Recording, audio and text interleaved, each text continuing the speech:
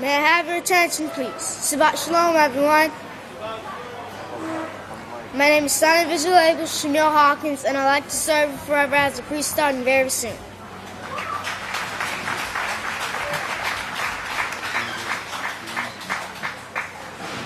Now time to start finding your seats for Sabbath services.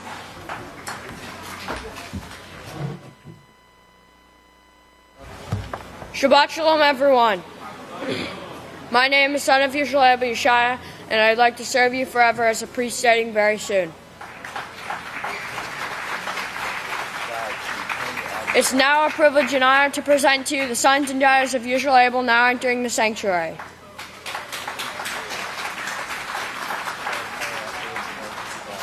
I'd now like to turn it over to the queens of the house of Yahweh.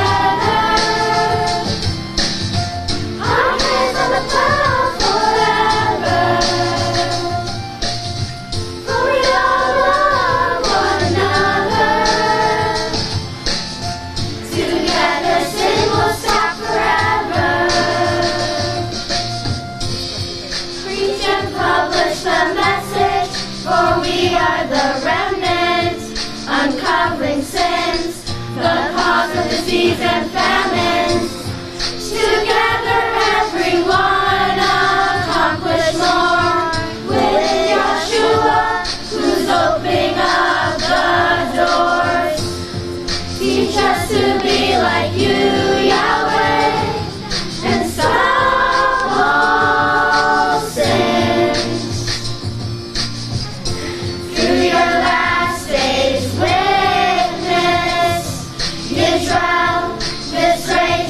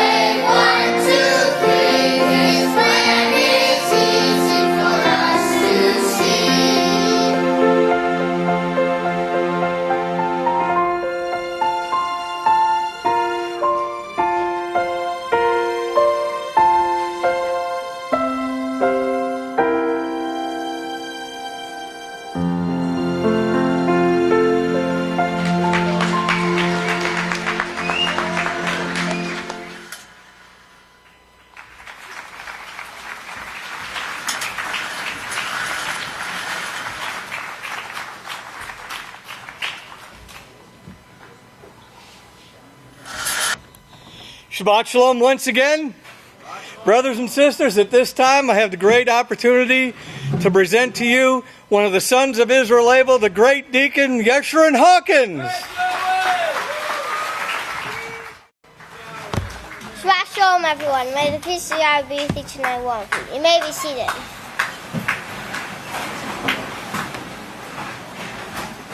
My topic today is the greatest gathering. Moshe had a gathering, but Yahweh said that if you gather against his leader, your power will be given to others. Please turn to Matthew 7, verse 21 through 23. And it says, "Not everyone who says to me, 'Teacher, teacher,' will enter into the kingdom of Yahweh, but only he who does the will of my Father who is in heaven. Many will say to me in that day, 'Teacher, teacher, have we not prophesied in your name and cast out demons in your name, and in your name performed many wonderful works?' But then I will declare to them, 'I never knew you. Get away from me, you who practice iniquity, you who break the law of Yahweh.' If you want to be a part of this gathering to Yahweh, you must fully submit to the every word of Yahweh, all 613 laws, or you won't be selected because you belong to another leader called Satan the devil." Please turn over to 1 Yochanan 3, verse 4, 7 through 8, and 10 on page 965. On page 965. And it says, "Whoever commits sin transgresses also the law, for sin is the transgression of the law.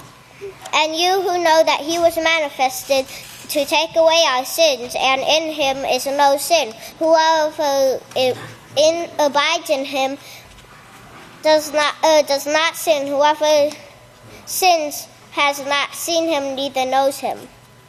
Little children, let no man deceive you. He who practices righteousness is righteous, just as he is righteous. He who commits sin is of the devil, for the devil has sinned from the beginning. For this purpose the Son of Yahweh was manifested, that he might destroy the works of the devil. In this the children of Yahweh and the children of the devil are manifest. Whoever does not practice righteousness is not of Yahweh, and he does not love his neighbor." Only if we obey Yahweh's laws, we will make it into Yahweh's kingdom. Satan cannot give you eternal life. She has nothing to offer you of any value. But the kingdom will have blessings that you cannot even imagine in your mind. Please turn over to 1 Corinthians 2, verse 9.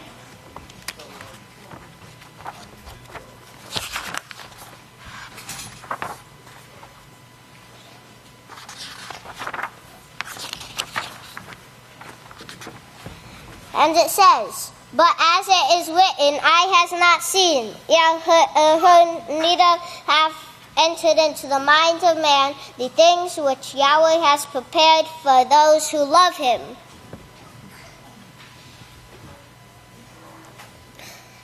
But the way to receive these abundant blessings from Yahweh is following a very narrow path that only a few will choose to take.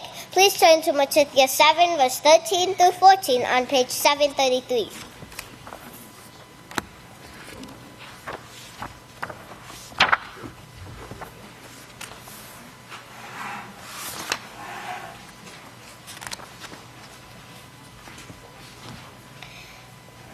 "Enter in through the narrow gate, for wide is the gate and broad is the way that leads to destruction, and many are those who go that way.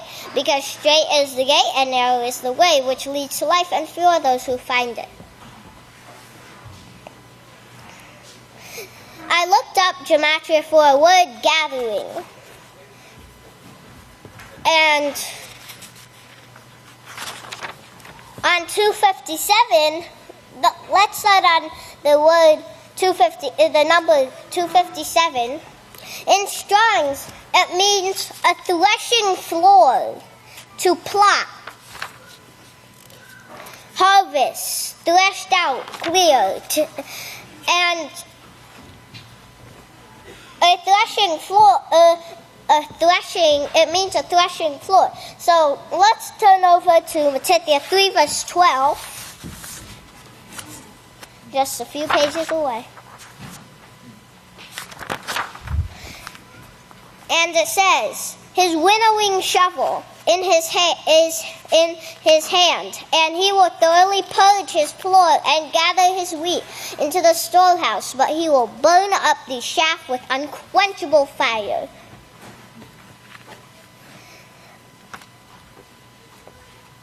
Also read side note G7, which is preaching of the message. In this way, he gathers the faithful as grain and scatters the infidels as chaff. May you please play the video. This will show you what a winnowing shovel is.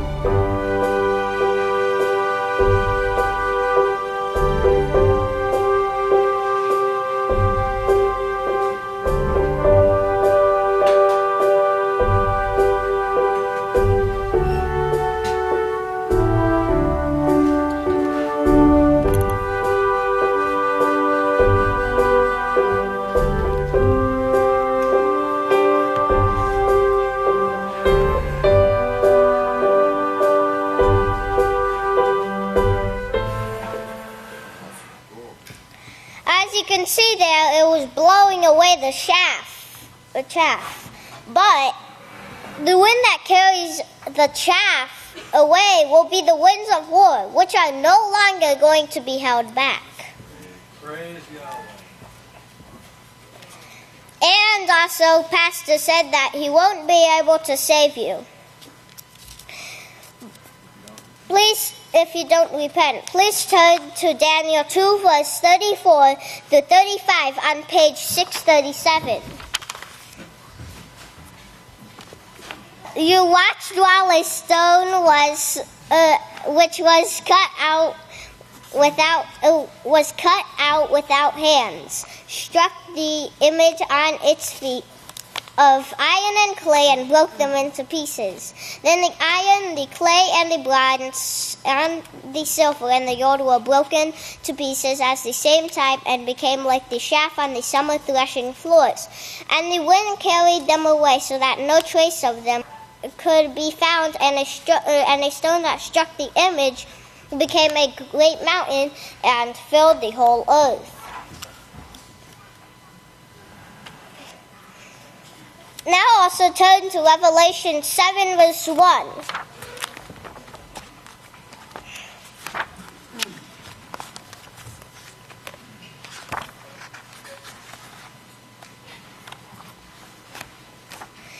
And after these things I saw four Malachim standing on the four corners of the earth, holding the four winds of the earth, so that the wind should not blow on the earth, nor on the sea, nor on any tree. Also read side note P. The winds of wars are being held back. Now, look at verse 3, saying, hurt not the earth, neither the sea nor the trees, until we have sealed the servants of our fathers in our foreheads. This actually means that he will not be able to save you if your they won't have forefathers. If they have sons and daughters, they won't be able to come to the kingdom if you were just righteous. Three of these are like Daniel, Eob, and Noah. Three of these are Daniel, Eob, and Noah. But if If you continue to hold on to Baal in any which way, shape, or form, then you will be carried away with the wind and be devoured by the sword. War. Yeshua Hawkins will not be able to save you then. He's pleading with us to be humble and obey now before it's too late.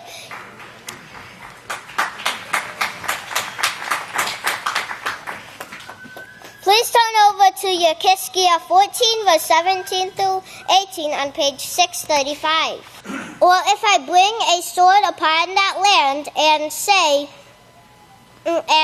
sword, go through the land, so that I cut off man and beast from it.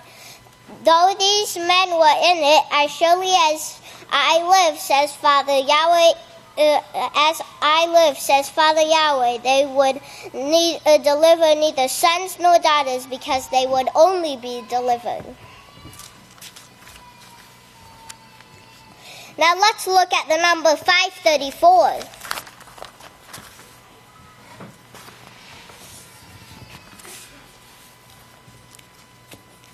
Tree, a mountain, a branch. So let's all be pure purple for this greatest gathering. And if you all please stand, I'd like to turn it over to the next speaker, Deacon Yaakov,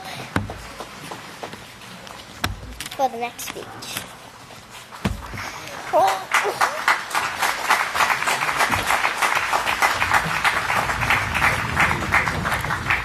Shabbat Shalom, everyone. You may be seated. May the peace of Yahweh be with each and every one of you.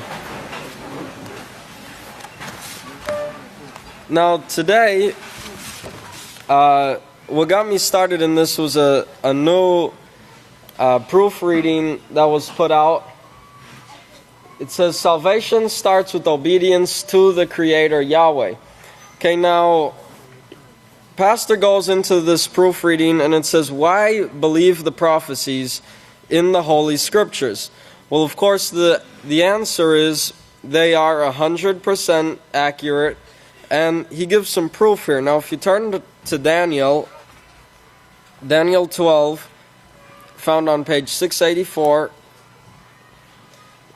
Daniel 12, verse 1. Now, these are some prophecies that have came to pass, okay? Daniel 12, verse 1, it says, and at that time, one who is like Yahweh will stand up at Abel, Israel the great priest who stands at Abel, to teach Yahweh's just perfect laws to the children of your people. And there will be a time of trouble, such as never was, since there was a nation, to that same time. And at that time, your people will be delivered, everyone who is found written in the book of life. Now, at the beginning of that verse, you see, at that time. Now, what is this time? Well, verse 4, if you look down to verse 4, it says, but you, O Daniel, shut up the words and seal the book to the time of the end. Okay, so there we see what the time is. We see at that time and then the time of the end. Now, Yeshua also spoke of this time, the time of the end. If you go to Matthew 24,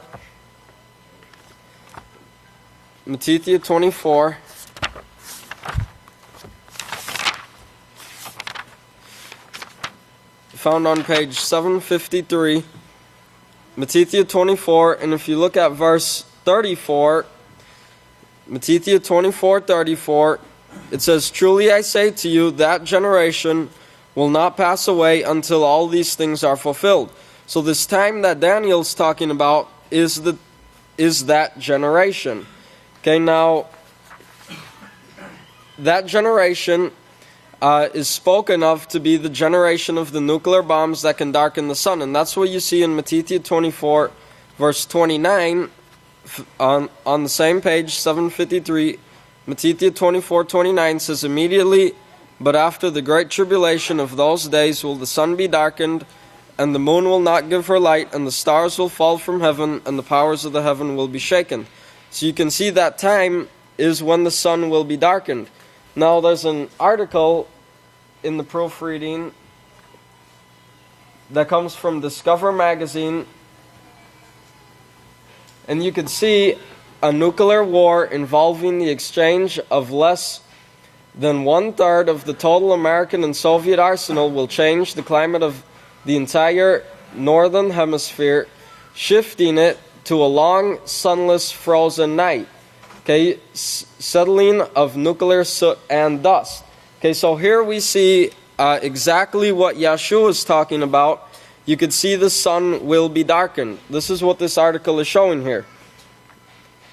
Okay, then you also see later on in the article it says, there is no nation on earth free of the jeopardy of destruction if any two countries or groups of countries embark upon a nuclear exchange. Okay, then you see at the end it will be a barren wasteland.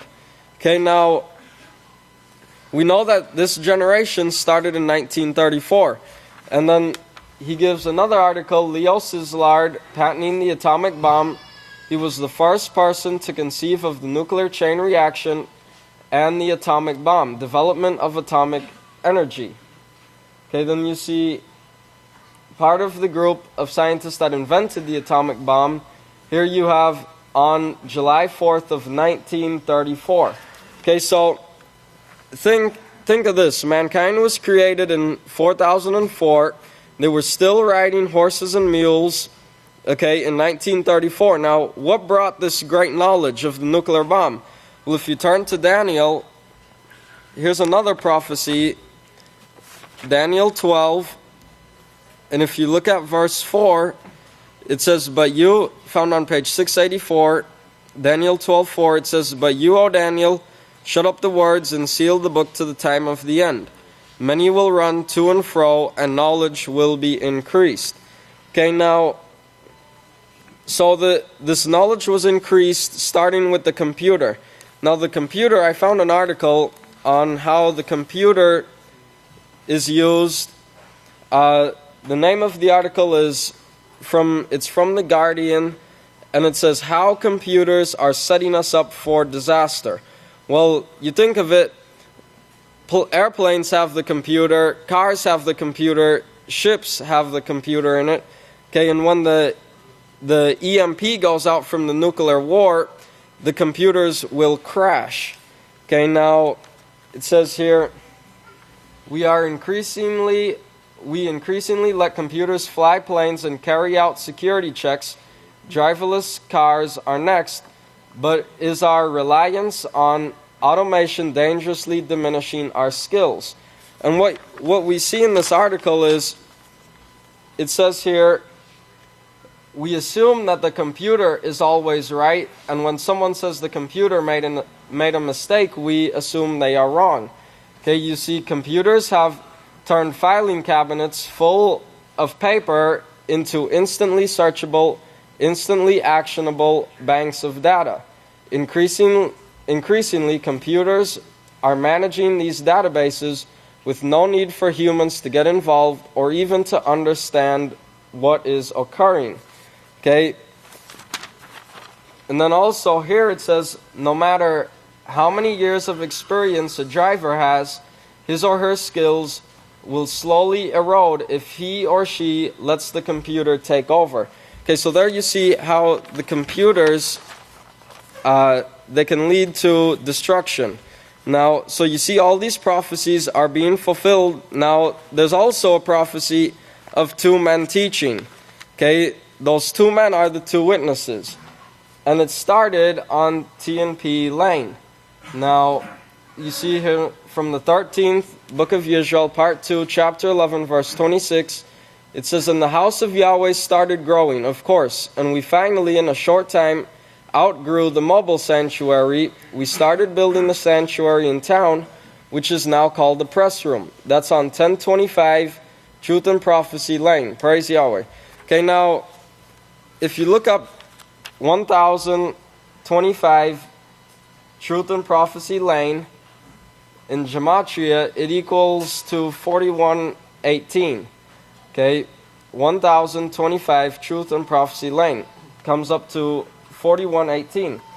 Now that word in the Hebrew means hastily, at once, quickly, soon, speedily, and suddenly.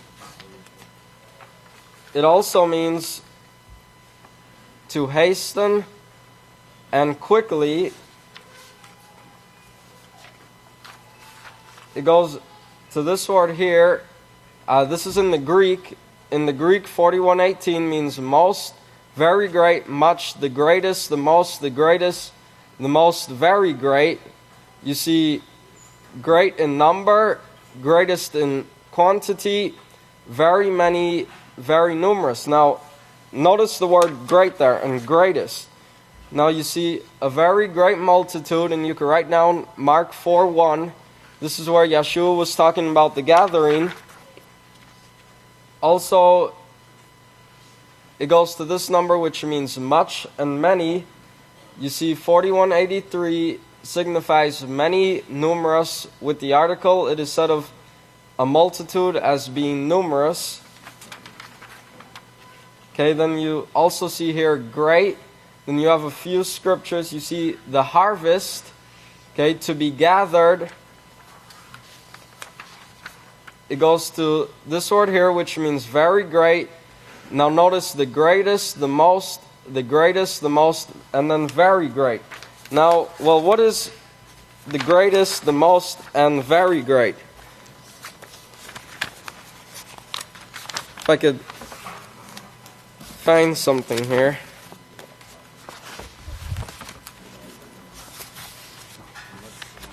Here it is. Okay, well, what is the greatest? Well, here we've got the greatest people on earth sitting here with the greatest job ahead of them ever, who's going to have 2 billion people to teach and guide and judge. Okay, so this is the greatest people right here in the house of Yahweh. Praise Yahweh. And if you look at the reviews for the house of Yahweh, here's the house of Yahweh. There's some pictures of it. The greatest place with the greatest people. Great place to go. Has kind of a at-home feel to it. Well, I know even at home you have to pay for your food. Here your food is free. Okay? So this is the greatest place to be. Right here, right now. Alright, now if y'all please stand. I'd like to turn over to the great son of Yishalabel, Deacon Yishalabel. Shabbat Shalom, everyone. You may be seated. May the peace of Yahweh be with each and every one of you. The title of my sermon today is A Gathering, Where and Who Will Survive?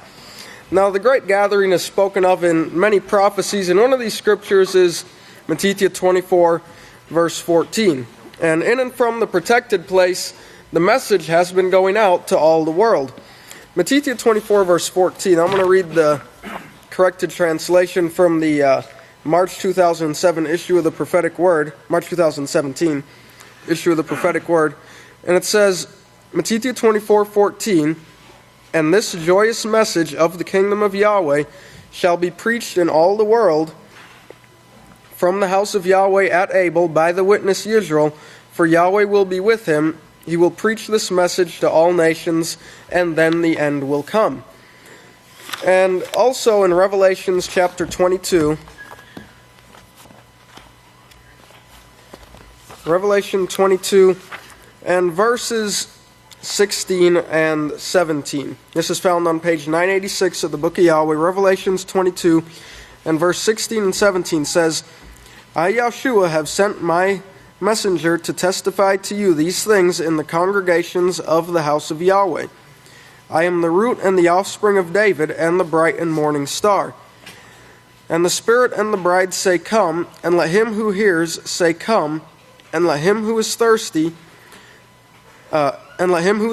come, and whoever will, let him take the water of life freely. And also, if we look at Jeremiah chapter 23,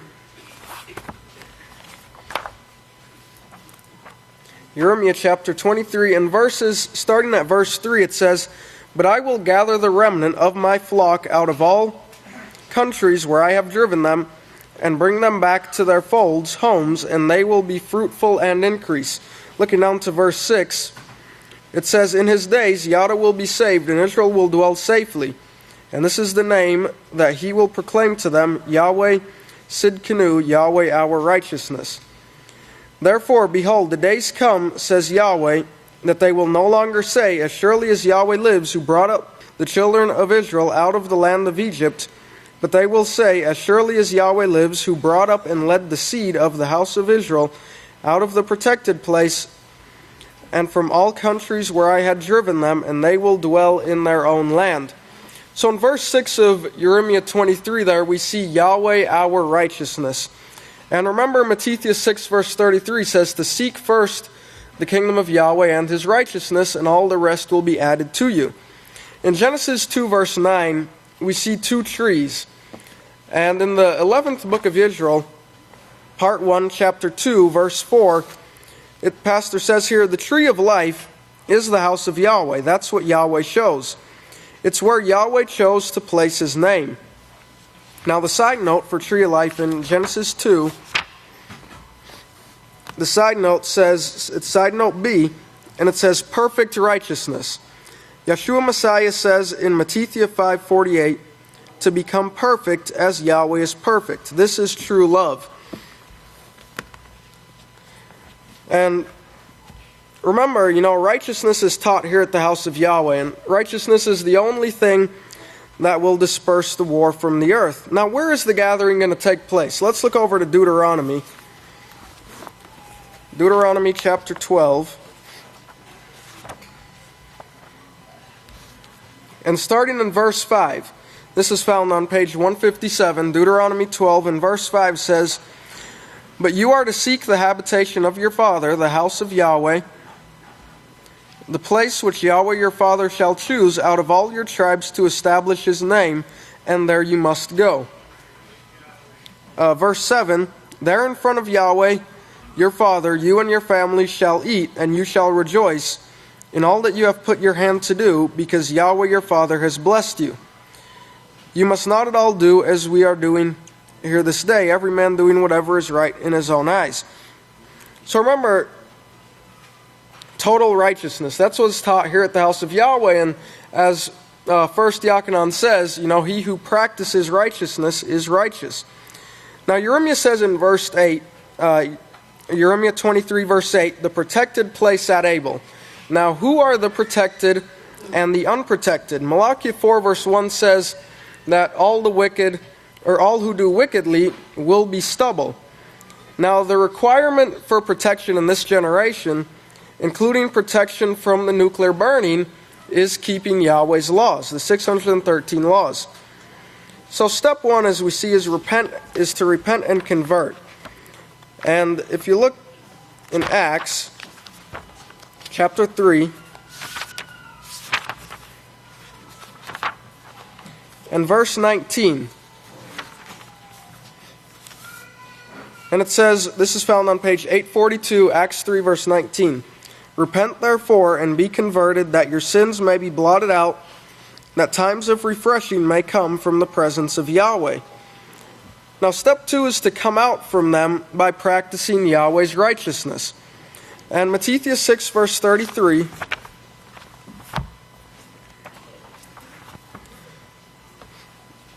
found on page 733, Matthew 6:33 says, but seek you first the kingdom of Yahweh and his righteousness, and all these things will be added to you.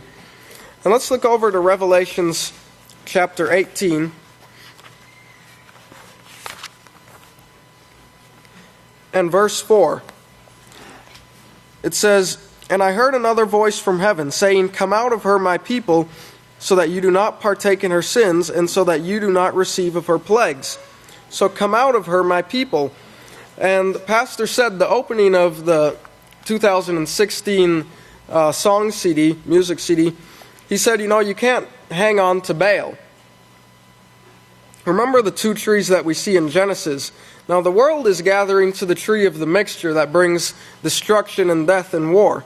And they are going to burn the earth. And as Yada 111 says, Yada 111, it says, woe to them, for they have gone in the way of Cain, have run greedily in the error of Balaam for reward, and have perished in the rebellion of Korah. Now, what does the way of Cain bring? If we look over to Genesis chapter 4, and look at verse 14. It says, "Surely you have driven me out this day from the face of the ground. I shall not be seen by your face. I shall be a fugitive and a vagabond on the earth. For there shall be continual war, vengeance, and retaliation." The house of Yahweh is the only place where you will find Yahweh's righteousness taught, where you will find true peace, true joy, and love. And in conclusion, I want to read the closing for the song, The Great Gathering. The last part of the song, it says, "Let the heavens rejoice, let the earth be exceedingly glad. This gathering is Yahweh's righteous guarding kingdom. Let the seas roar, let all life in them roar. There will never be a reason to ever again be sad." And with that, if you'll all please stand. It's my great honor and privilege to turn it over to the great Kahan, Benjamin Krause Hawkins. Shabbat Shalom, great saints of Yahweh. May the peace of Yahweh be with each and every one of you. You may be seated. And may Yahweh truly open our ears to the message. Now, this past Sabbath, Pastor talked about keep your eye on Egypt, right? Y'all remember that? Not looking back at Egypt, but watching what's going to take place in Egypt, because Pope Francis is coming to Egypt on April 28th. Well, guess what? The next day, guess who shows up with some bombs and some churches? Some group called ISIS. Funny name for a Muslim group, right? Killed something like 50 people. Here's the official logo of the Pope's papal visit to Egypt. Notice the pyramids, of course, the Sphinx. This is called the Sphinx. I can't talk about that. You can look it up and look up the etymology of that word, and you'll know what it's all about. You see that dove? This is supposed to be the Nile River surrounding all of this. And you see this dove, which represents peace, right? Oh, no. Remember, Yahweh exposes this Vatican. Let me show you who that dove really represents. It says, here's an informative and reader-friendly article on the meaning of the dove, a very ancient symbol for the mother goddess in ancient cultures from the Middle East. You can read that in Biblical Archaeology online. It says the dove represents some aspect of the divine. We don't use that word divine here. There's nothing divine about Yahweh, the gods.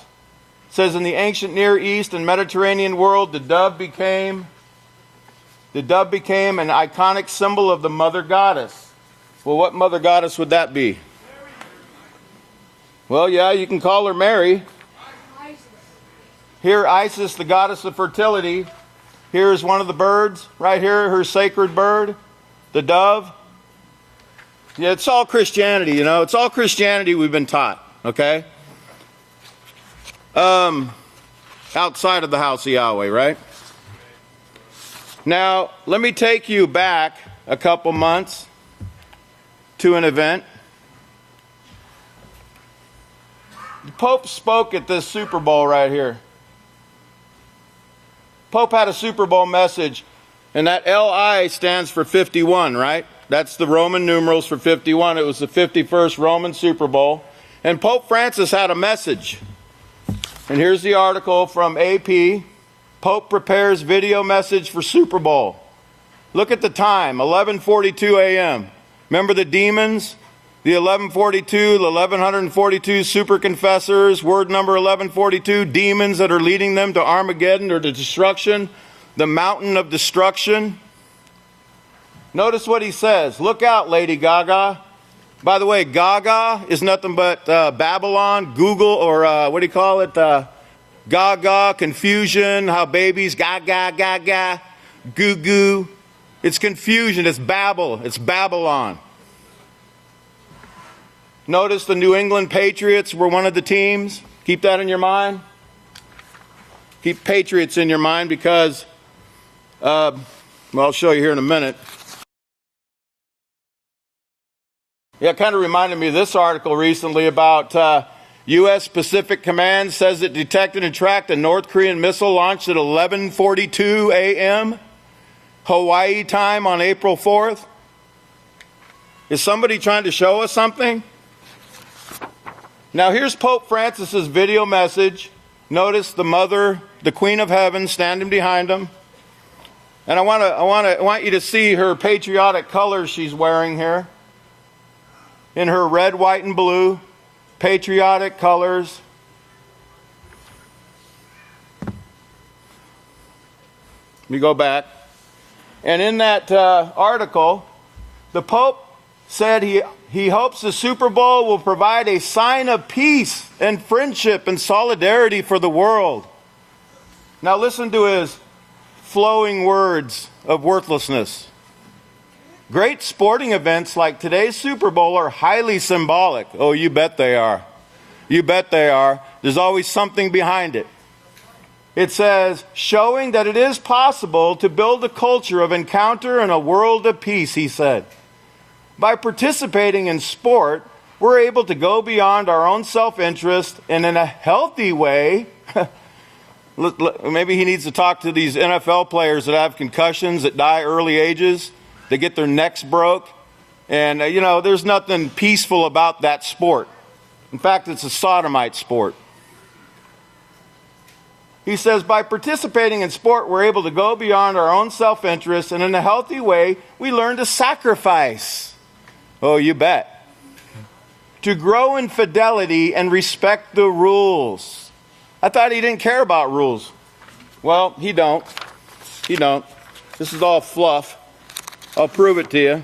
And by the way, just a few days before he gave that speech, this presidential proclamation was signed, National Day of Patriotic Devotion.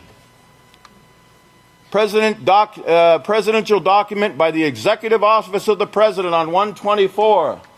Patriot Day, January 20th. So I looked up the etymology, I ran his whole, Pope Francis's whole speech through the gematria calculator. I mean, the entire text, okay? And here's the number that came up. Two numbers came up, actually, but I'll show you this one. 3888. Let's look at that. Remember those words of worthlessness I told you about? Here it is. It means to encourage, to console, to comfort, to speak to, address one, whether by way of admonition and incentive. It's from this word here, and it means a tale, fiction, myth, fable, a narrative story, a fiction, a fable, an invention, a falsehood. And look at all the scriptures it gives. Don't give heed to fables. Remember 1 Timothy 1:4? 1 Timothy 4:7, profane and old wives' fables told by the Vatican.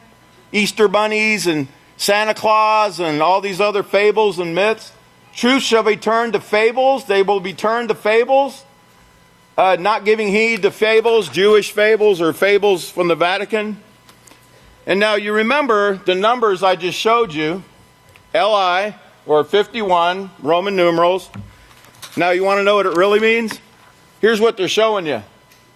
That's the atomic number periodic table for lithium. Li. Okay? Now let me show you what that's used for. It's used for the hydrogen bomb. The hydrogen bomb. And guess what?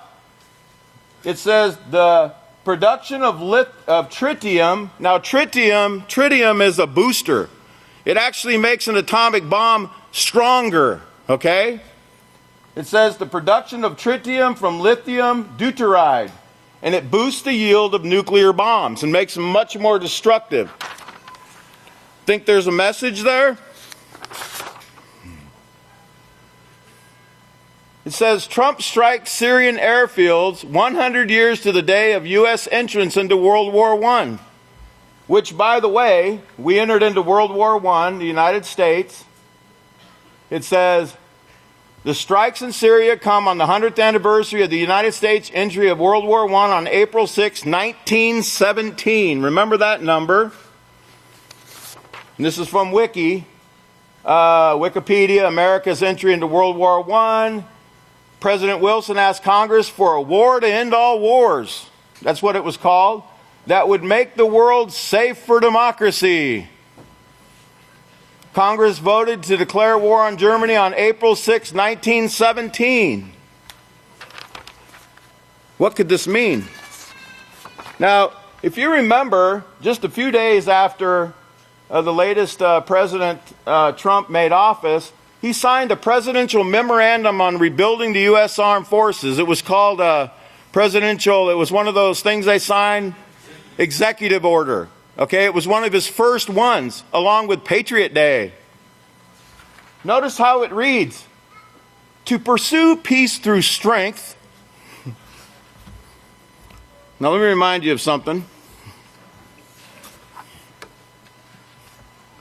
To pursue peace through strength, the policy of the United States is to rebuild the U.S. Armed Forces. Does anybody remember who started all that? What system started this peace through strength? What's called the Nimrod system, right? The rebels, the rebellion. So I looked up the gematria of that. And here you go. 4792 and also 6426. Let's start with 4792. 4792, here's the word. And here's what it means. It means height, and it's from this Hebrew word here. And it means high. It means above, exalted, haughty, proud, lofty, loftiness. You know, arrogance, exalting themselves.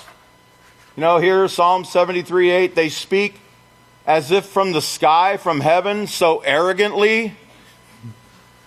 It's from the Hebrew word room. I showed you this one last week, 73:11. And remember, it meant to be exalted or rise. Remember the beast rising out of the earth in Revelation 13:13? And also out of the sea in Revelation 13:1? Remember that, right? But notice, to become proud, exalt, rebelled, triumphant. By the way, that's what the word Trump means. It means triumphant. That's where it came from. 64:26, it says, the earth, this is the word here, it means to rend, to quiver, to tremble. And it's only used one time in Eob 9:6, that the earth is moved out of her place and the pillars thereof tremble. You don't think nuclear war is going to bring that? It's going to shake exceedingly, remember? Now I want to go back here to the 15th book of Israel, chapter 12, from 5:16-15, where Pastor says this about Eastland. Zoom in just a little. Okay, thank you. The generation started in it's from verse 103. It says, this generation started in 1934. We were preaching this work by about 1962. And by the way, let me mention, remember 2 Thessalonians 2:4? That he exalts himself, opposes and exalts himself above all that is called gods. Remember that. He opposes, he rebels, and exalts himself against all that is called God. Speaking of the Vatican and the popes. It says, this generation in 34, we were preaching this work about 1962. I believe that was the date Jacob and I had the first radio broadcast in Eastland, Texas, not too far from here. Just give me a second. This thing doesn't... Okay. I wanted to show you first. By the way, remember Pastor mentioned they first started in Graham, Texas, and one of the sons of Israel Abel is going to bring out more of this during the feast. This is Buffalo Gap Road, Farm Road 613. But notice what the road name is. Okay, so be listening for more on that. Okay, so 4792. Now, Cross Plains, Texas. Remember, Pastor said he lived in Cross Plains. I want to get this in, and a couple other things here. It says, here's the coordinates. Remember 32, it meant messenger in Greek, messenger, or they call him or an angel or a Moloch. Here's the history of it. It became established in 1878, Cross Plains. And I just want to bring this number to your attention because it means anointed. It means become prosperous, find your acceptable, prosper, prosperous, anointed. Remember the anointed one, the last anointed witness that lived in Cross Plains and also some other places in that area, which I'll talk about at another time, but like Rising Star, I mentioned that last time. I want to show you a map. Think Nimrod, okay? Here's Eastland County right here. And right smack dab in the middle, Nimrod. Now what would he be doing there? Here's Romney, just a few miles away, where Pastor also gave services, okay? And I don't have time to get into all this today, but I'll show you eventually how it all ties in, okay? Now, Nimrod, Texas, it's on Farm Road 569. 569, and it was first settled in 1876. 569 is the Hebrew word Amraphel, and it means he was the king of Shinar, the king of Babylon. But notice what he was also named. Zoom in a little. He was the king of Shinar. You find him in Genesis 14:1. Be turning there, by the way. Genesis 14. His name was Amraphel, but notice what he was called. He was called by three names. Cush, after his father's name. Nimrod, because he established rebellion in the world. And Amraphel, which means I will cast down. I will cast down. Amraphel, the king of Shinar, the king of Babylon. Isn't it amazing? The only information in the encyclopedias about Nimrod, Texas, is what farm road it's on? Did you know there was a Nimrod? I used to drive by it all the time, and I thought, that's awful strange, you know? I'd go through Temple, Texas, then I'd see Nimrod and all these places. I'm like, this is some kind of setup here, you know? This has got to mean something. Okay. It also means, by the way, unfaithful in the Greek. To disbelieve, to refuse, to prove false. Refusing to be faithful, to rebel. I got to get this one thing in here. Turn over, you're all at Genesis 14. When did World War I start? Okay. If you'll read this chapter, you need to read this because we're setting you up for something. It's about the First World War of 9 kings. The king of Shinar, which was Amraphel, Arioch, etc. You can read this for yourself. And notice also you'll read about Abraham and his 318 servants that went and rescued Lot. Okay, that's all I'm going to say right now, but I'm going to show you this. Can you zoom in? Notice when this war was? 1917. 1917 BY. And we just fired a shot on April 6th, on the 100th anniversary of the beginning of the First World War. I got to set you up for one more thing, and I'm going to let the next speaker come up, but look at this. Comet Hale-Bopp, keep this in your mind. It was 21 years ago, 20 years ago. It was seen for, notice, his closest approach was on 3/22/97 at a distance of 1315. Somebody out there will know what that's talking about. April 1st, it claimed closest to the sun. Remember, we just had one a few days ago on April 1st. Remember? And then notice this. It was seen for 569 days. 5, 6, 9. You just saw that, right? Keep these things in your mind. It's going to get really exciting, okay? Yahweh's exposing Babylon, but he's also showing us what time it is. And they're getting ready. You're going to see the greatest destruction. It's right at our door right now. Can you all see it? So are we getting sin out of our lives? Are we all working diligently? We need to be, because it could blow up at any minute. And at this time, if you'd all please stand. It's my great privilege and honor to present to you the great Kohan Ilya Hyler Hawkins. Shabbat Shalom, everyone. You may all be seated. Now, it's very important. I want to read you something very quickly, and this is from the 7th book of Israel, part 2. 7th book of Israel, part 2, chapter 26 and verse 56.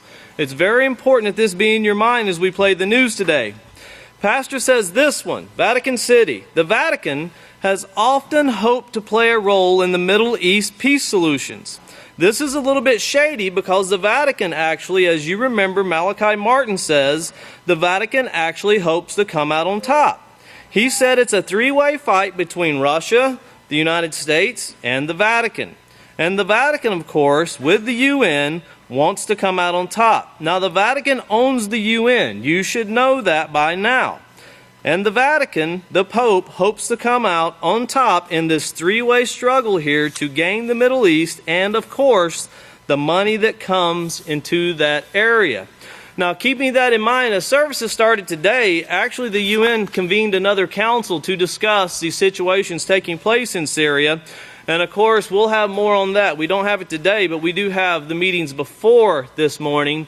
But it was to oppress Russia. It's to pressure Russia into going along with these plans, which of course comes forth from the Vatican, all things being planned. So it's going to start off, and you're going to see countries standing up against this saying, we've lived this before with Iraq. We know you've claimed this before, and you're wanting us to go in to take out another leader with false pretenses. And of course, Russia and the United States are trading blows here at the UN. And of course, there is no peaceful solution when you convene a council and everyone is arguing pure emotions involved in this, no facts, but emotions. There's no peaceful solution in that. Only an escalation. Now, of course, Iran also joining in, not at the UN, but joining in, making a statement from Tehran about how the United States is walking a dangerous line and they need to back off. Now, there'll be more brought later on in this feast where Pastor showed years ago that you would see Russia join itself with Syria, with Iran. Remember, Russia alone is not strong enough to take hold or to challenge the United States. It needs others to join it, to actually make it stronger, to strengthen it. Now, the Pentagon, very interesting, says that they have no doubt that Assad has gassed his people, and they have the proof, but they cannot show it because it's classified. Now, that's about as much sense as some of the teachings that come from the Catholic Church.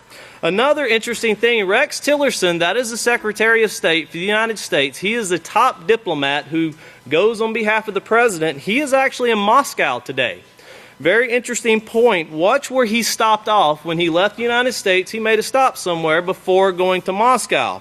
And of course, it was in Italy. So of course, he's stopping to get instructions to see what he's supposed to do.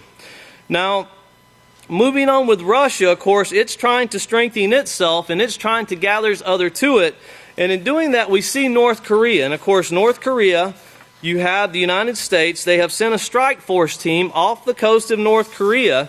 And of course, they're letting North Korea know they will strike them. But think about this and use some common sense. Does the United States really need to have ships off the coast of North Korea to strike it?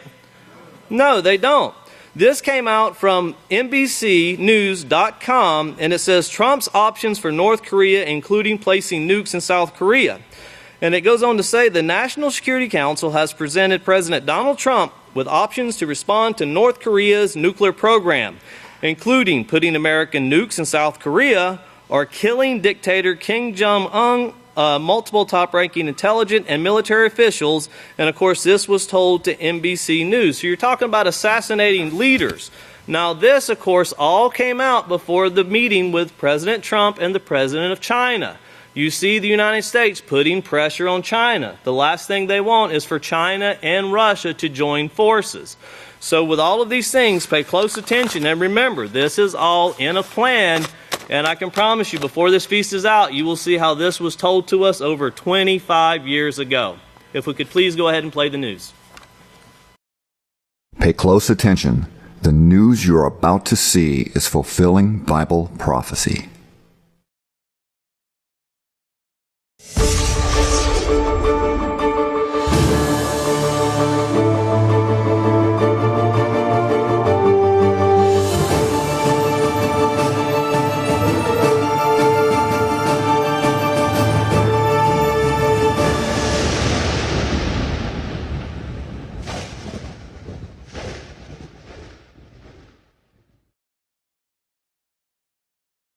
Welcome to another edition of YPN News, bringing you news as it relates to Bible prophecy and foretold by Yisro Hawkins. Well, the United Nations Security Council is divided yet once again over the United States' missile strike on a Syrian airbase, finger pointing toward Russia, and of course North Korea back in the news again. They are threatening the use of nuclear weapons in retaliation if the U.S. makes a move on the country. But we start off first with an emergency meeting with the UNSC, that's United Nations Security Council, regarding the missile strike by the U.S. in Syria. An emergency meeting was called by several countries for the United Nations Security Council after hearing about the attacks in Syria. Even though emotions were running high at the meeting, global leaders are still at an impasse. U.S. Ambassador Nikki Haley addressed the council saying Assad's crimes against humanity could no longer be met with empty words. It was time to say enough. But not only say it, it was time to act, she said. Bashar al-Assad must never be allowed to use chemical weapons again. Well, some said that the U.S. should have waited to discuss its actions with the Security Council. Others, like France and Great Britain, praised the U.S.'s actions. Now, French ambassador said that this problem will not be solved by military action alone. And the U.K. ambassador said that Great Britain supports the strike by the U.S. as an appropriate response to a heinous action against a brutal dictator that thinks that gassing his people is a legitimate step on the road to stability. Well, Russia, on the other hand, criticized the U.S., saying that it was a flagrant violation of the UN Charter and has only helped terrorism. The Russian ambassador said the U.S.'s response has only strengthened the hands of terrorism. The attack came against those in Syria, that is the Syrian armed forces, who have been for all these years combating terrorism. The ambassador also accused the U.S. of being afraid of a genuine investigation, even find out if the Assad regime even used chemical weapons to begin with. The Bolivian ambassador also reminded the council about the report of chemical weapons in Iraq, saying the motivation for going to war in that country and after that invasion, there was 1 million deaths, which launched a series of atrocities in that region. Could we talk about ISIS if that invasion hadn't taken place? And we know, of course, that the weapons of mass destruction that they claimed were never found, and he's using that as a comparison, and rightly so, because without the proof, it's just going against using pretext here and kind of breaking out. Yeah, speculation. Well, Washington was quick to accuse Damascus of the alleged chemical attacks, even though the evidence is unclear to support such claims. The U.S. Secretary of State also said that Russia did not do its part to secure the chemical weapons in Syria. And soon after the chemical attack, the international community had already made up their mind as to who was to blame without an investigation. Fingers pointed at Russia for causing a block in the progress in Syria, and it was met with chastisement from Security Council members. Michael Fallon, the UK Defense Secretary, said that Russia must show the resolve necessary to bring this regime to heel. Now, this latest war crime happened on their watch. By proxy, Russia is responsible for every civilian death last week. But Russia so far has only condemned the attack and has asked for an independent probe to find out what actually happened. Now, the U.S. claims that Assad launched the attack with Russia's blessing. Some are asking, where's the evidence to back those claims up? Well, they said, that's classified. So, of course, they have no proof, but they're saying it's just classified. Yeah, so all we have is their word. That's pretty much it. Well, the U.S. or the Russian warship is heading toward the USS Porter, which is the ship that launched the airstrikes, and that's in the Mediterranean Sea, against Syria. Trump now has to deal with Russia on the battlefield and their air defense systems that are capable of shooting down U.S. planes. Also, the fact that because Russian troops are intermingled with Syrian troops, a strike on any Syrian target could produce Russian casualties as well. So, Jeff, the pressure between the United States and Russia regarding Syria at this point is definitely going to reach a boiling point pretty fast. Iranian President Hassan Rouhani denounced the U.S. strikes on Syria, saying that the U.S. staged the attack based on an undocumented claim regarding chemical weapons in Syria, and that an impartial fact-finding committee must investigate the situation. President Rouhani said, if the invasion found that it was a terrorist attack, what will it do when the terrorists see that any time they use a chemical weapon, the U.S. will go for its support, of course, by attacking the government that the terrorists are fighting against. In other words, attacking President Assad's government. What will happen to Syria and the entire region? And of course, we know what's going to take place. They're just going to continue bombing it and destroying it like they have so many years now, with basically some of these cities basically reduced to rubble. That's right.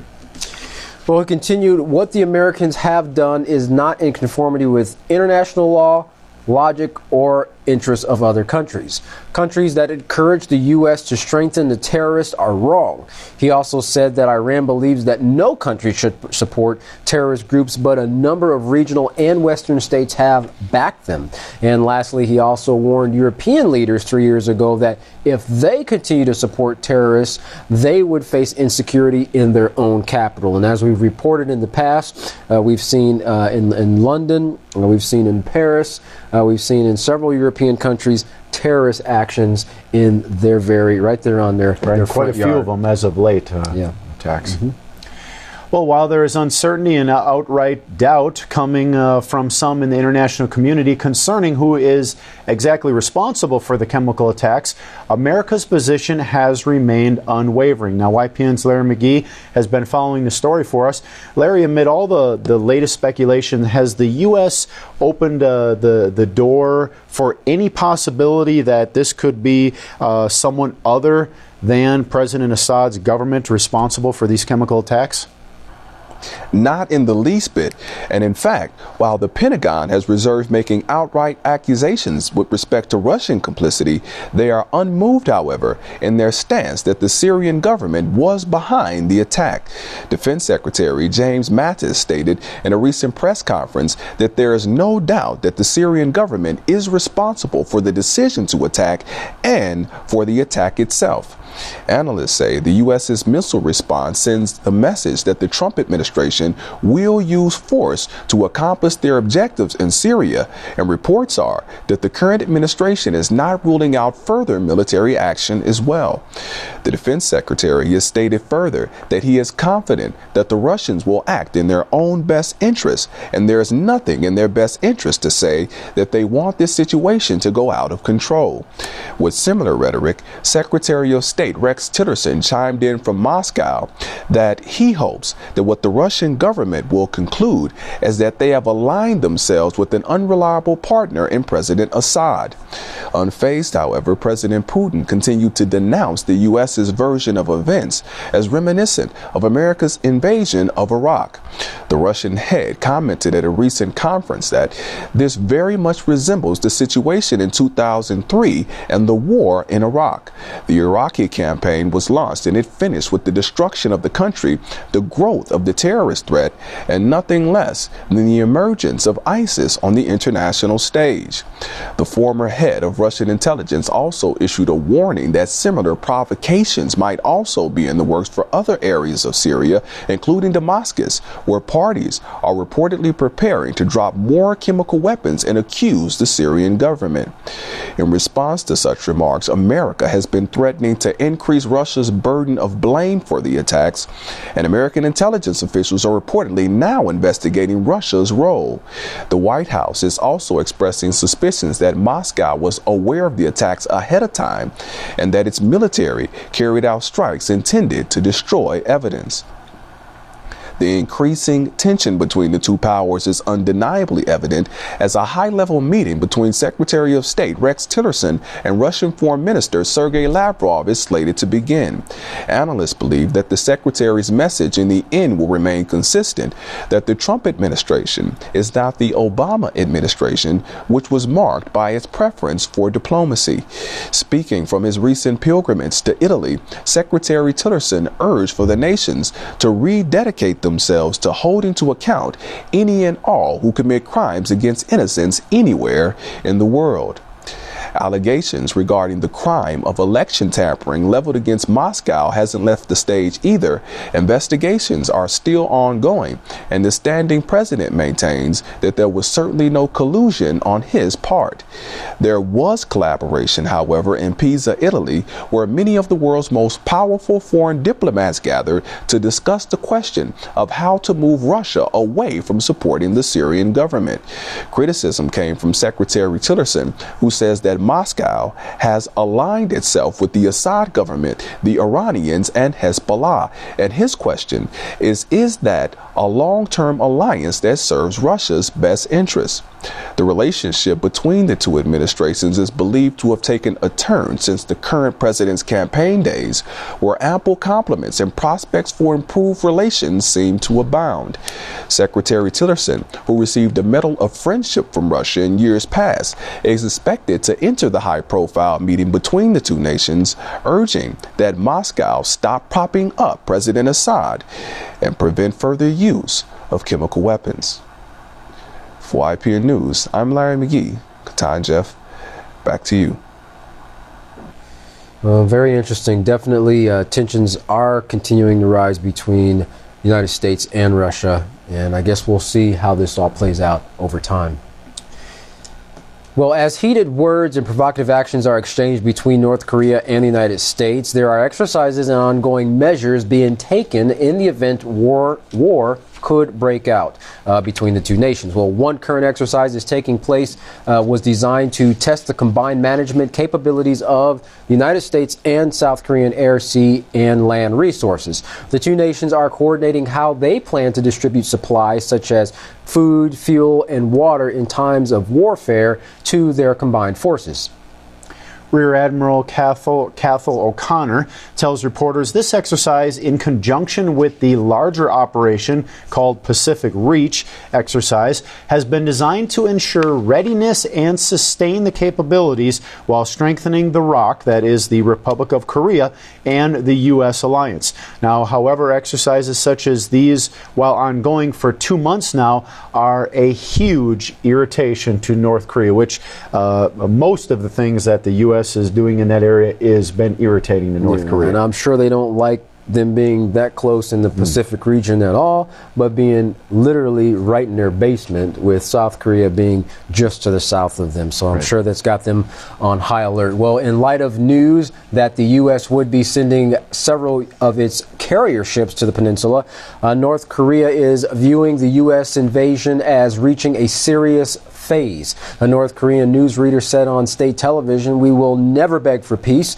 but we will take the toughest counteraction with powerful armed forces against provocateurs in order to defend ourselves and stay on our own chosen path." As the joint military exercises began last month, North Korea fired 4 Scud missiles to give warning to the U.S. and South Korea. Now, there is, of course, a possibility that more missiles will be launched. South Korea's acting president expressed his concern at the recent meeting, saying it is possible that North Korea may wage greater provocations, such as a nuclear test that is timed with anniversaries, including the Supreme People's Assembly. And of course, that's where they like to show they have the military parades and show their weapons and so forth. So he's saying that at the same time here, we could be expecting another test. All right. Well, as a side note, Jeff, the Supreme People's Assembly, it actually meets a few times a year typically to set budgets, overhaul cabinet organizations, and rubber stamp directives from the all-powerful Working Party of Korea. Well, the next sitting coincides with the 105th birthday of the country's founder, North Korea's founding father, Kim Il-sung. In 1994, the U.S. had been on the brink of war with North Korea over its threat to go nuclear at any time. Now, today, scholars say we're at the highest point of tension since that time, which is leaving a lot of people feeling uneasy. While these events aren't anything out of the unusual, they're out of the usual for either side, the unpredictable nature of U.S. President Donald Trump adds a new dimension to things. So they've been to this stage before, but now with the new president, people are a little bit more worried here. And of course, he's made a statement that North Korea better be careful, in what they're doing. Yeah, so it's got a lot of people wondering what kind of situation could we have when we have two leaders who are kind of unstable in what they're going to do in regards to war or retaliating against someone else who might make a preemptive strike. Well, large military exercises are only a part of what is being done to protect and prepare for war with North Korea. As dawn breaks over the Korean peninsula, a U-2 spy plane taxis down the runway at Osan Air Base. Wearing a NASA-like pressure suit, the U-2's pilot will fly his 8-hour mission to collect intelligence information on North Korea at altitudes near the edge of space. But that's not all that goes on at Osan, which is less than 50 miles from the Korean peninsula. CBS News was given a rare glimpse into the air base's activities. One airman told the reporter, "It's a constant tempo. We're very busy all the time. In the last 10 years, we've been the busiest we've ever been in this airplane." Now, the base's slogan is "Ready to Fight Tonight," and that, of course, is because they know it could go down that quickly. Interesting.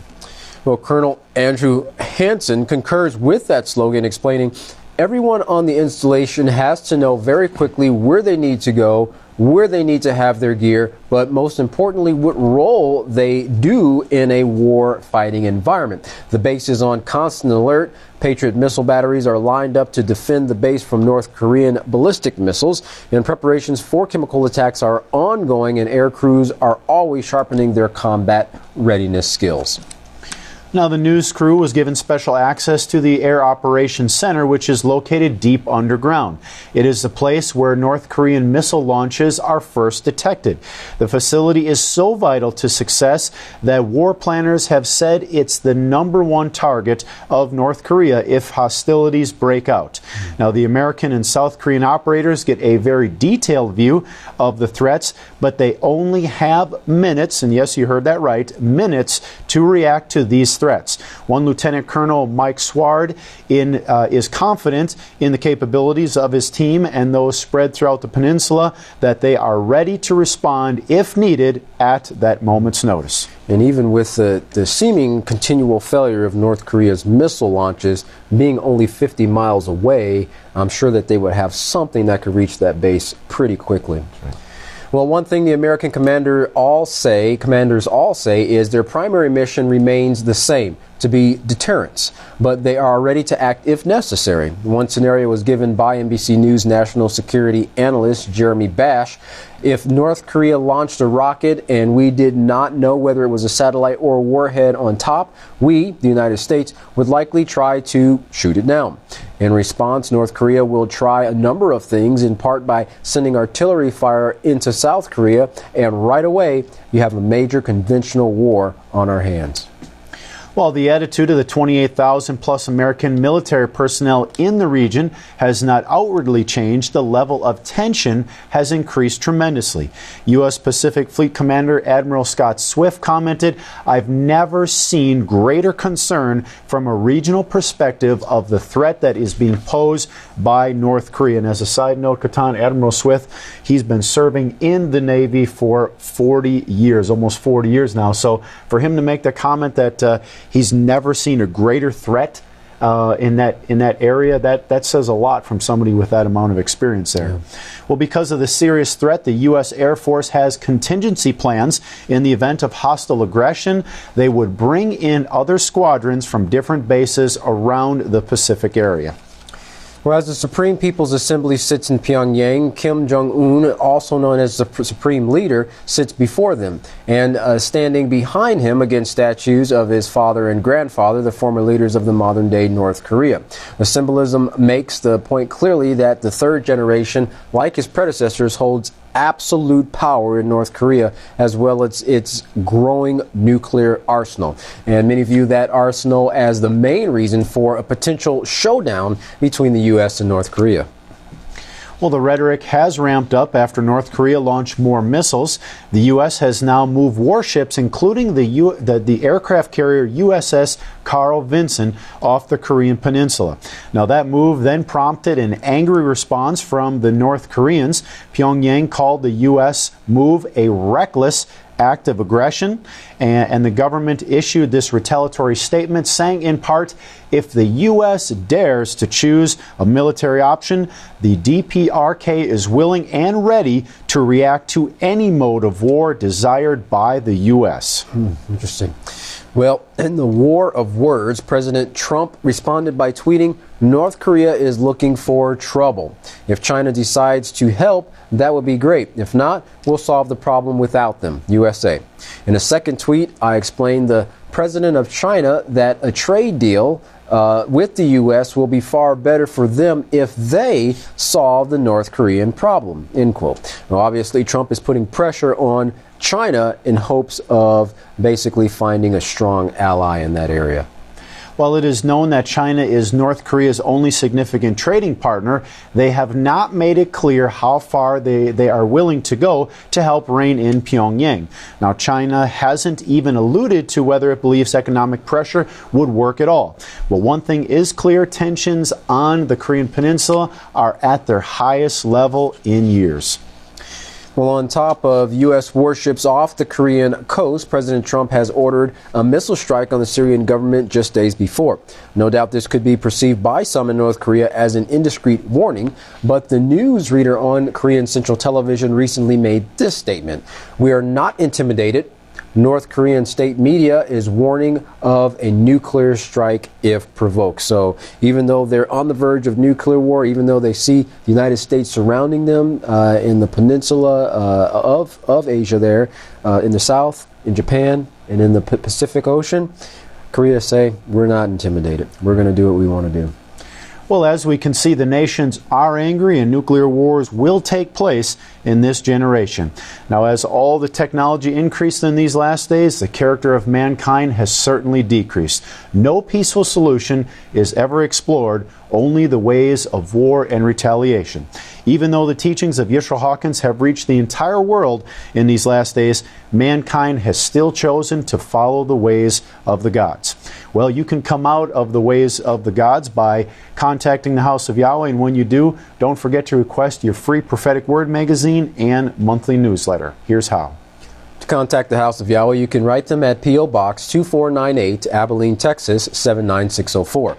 You can call them at 1-800-613-9494 or visit them on any of their websites at www.yahweh.com, www.yisroelhawkins.com, and www.yahwehsbranch.com. You can also visit our website at www.ypnnews.com. You can email the House of Yahweh at info@yahweh.com. And for all calls outside the United States, please dial the number on your screen. And don't forget also, for the latest and best resource for studying your Holy Scriptures, the Yisrael Says and the Ask Yisrael program. You can find that by simply going to www.yisraelsays.com and www.askyisrael.com. We'll get ready to stand and cheer, because up next is Yeshua Hawkins. From all of us here at YPN News, I'm Jeffrey Heimerman. And I'm Katan Alexander. Thanks for watching.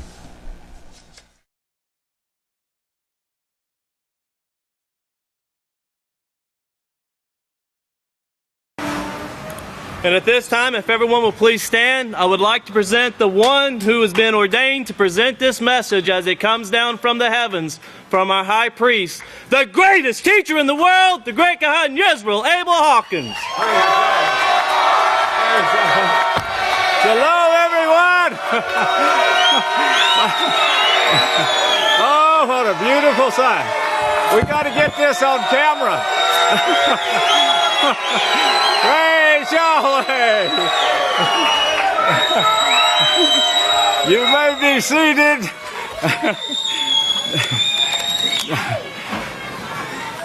May the peace of Yahweh be with every one of you. Is this a new book of Israel? Is this a new book of Israel? Yes. Praise Yahweh. Let's see. Sixth book of Israel. He who rules as Yahweh rules. You can't beat that. I want every one of you to do the same. Believe without seeing. Children's edition. The children's edition. Get it before you leave. The world is getting in a mess, as you can see, big time.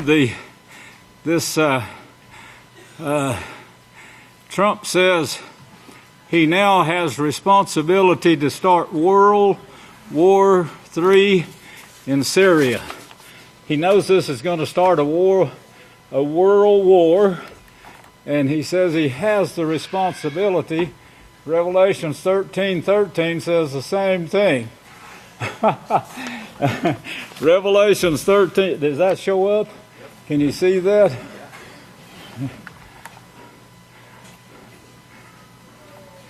He now has responsibility to start this war. The Revelations 13:13, I just read that last week, remember? And the meaning of it? And he does great wonders so that he makes fire come down from heaven on the earth in the sight of men. This is the nuclear bombs that started in 1934 with the increase in knowledge of 1934. That Revelations 13:13, if you want to look that up, it actually means this. It means on behalf of, by authority of, super, outstanding, very mighty in power, making fire come down from heaven in the sight of men. It means different, superior, outstanding, to be able to do this. And of course the beast gives him his authority in verse 12. He exercised all the authority of the first beast. And then he has two horns, verse 11. Verse 14, he had and deceives those who dwell upon the earth by those acts of power. Russia, by the way, Putin, I don't know if you saw that, but Putin also said that the United States was deceiving here about this chemicals in Syria, deceiving the world, they said. Well, he says, and deceives those who dwell upon the earth by those acts of power which he had authority to do in the sight of the beast. In the sight of means on behalf of the beast, before his face, in his presence. He has authority from the Vatican Church that sits on the 7 hills of Rome to do this. How could it be any plainer? The Trump's option, it says, another article, for North Korea include placing nukes in South Korea. The National Security Council has presented President Donald Trump with options to respond to North Korea's nuclear program, including putting American nukes in South Korea or killing the dictator, Kim Jong-un. Multiple top-ranking intelligence. These are the best of the best now. that's pushing this war that's going to burn the earth in 1 hour. The multiple top-ranking intelligence and military officials told NBC News. Well, the Russians won't sit still, and neither will the other nations. Russia and Iran pledged to hit back against further Syria strikes as they blast U.S. and for crossing red lines. The command center for the top countries and allied groups released a joint statement. Now, this is not just these two. The command center for the top countries and allied groups released a joint statement today saying they would respond to further breaches of red lines with force. With force. This is a beautiful picture right here. I cherish that one right there. Look at that. Wow. Prophecy in the making. And this one here, this one too, I really cherish this one right here. It shows the prophecies coming to pass. And this ship here, I think it's the size of 2 football fields or something like that. Cost $4 billion. If I'm not wrong, I think one nuclear bomb from North Korea could sink every one of those, destroy every one of a nuclear bomb. You know, that'd be easier than destroying a city. And they seem to have plenty of those missiles. At the same time, the United States is spending $581 billion. USA, $581 billion budget here on military. $581 billion. They can only supply 2% to help 2% of the $5.6 billion that it would take to stop starvation. Stop starvation in the world right now. They can only present 2% of that $5 billion needed, or $4 billion needed. Massive government cover-up, near total collapse of ocean food chains, mass death to humans will follow. This is great news. Great news, because the prophecies, it's got to come to pass, brethren, or you will never see the change.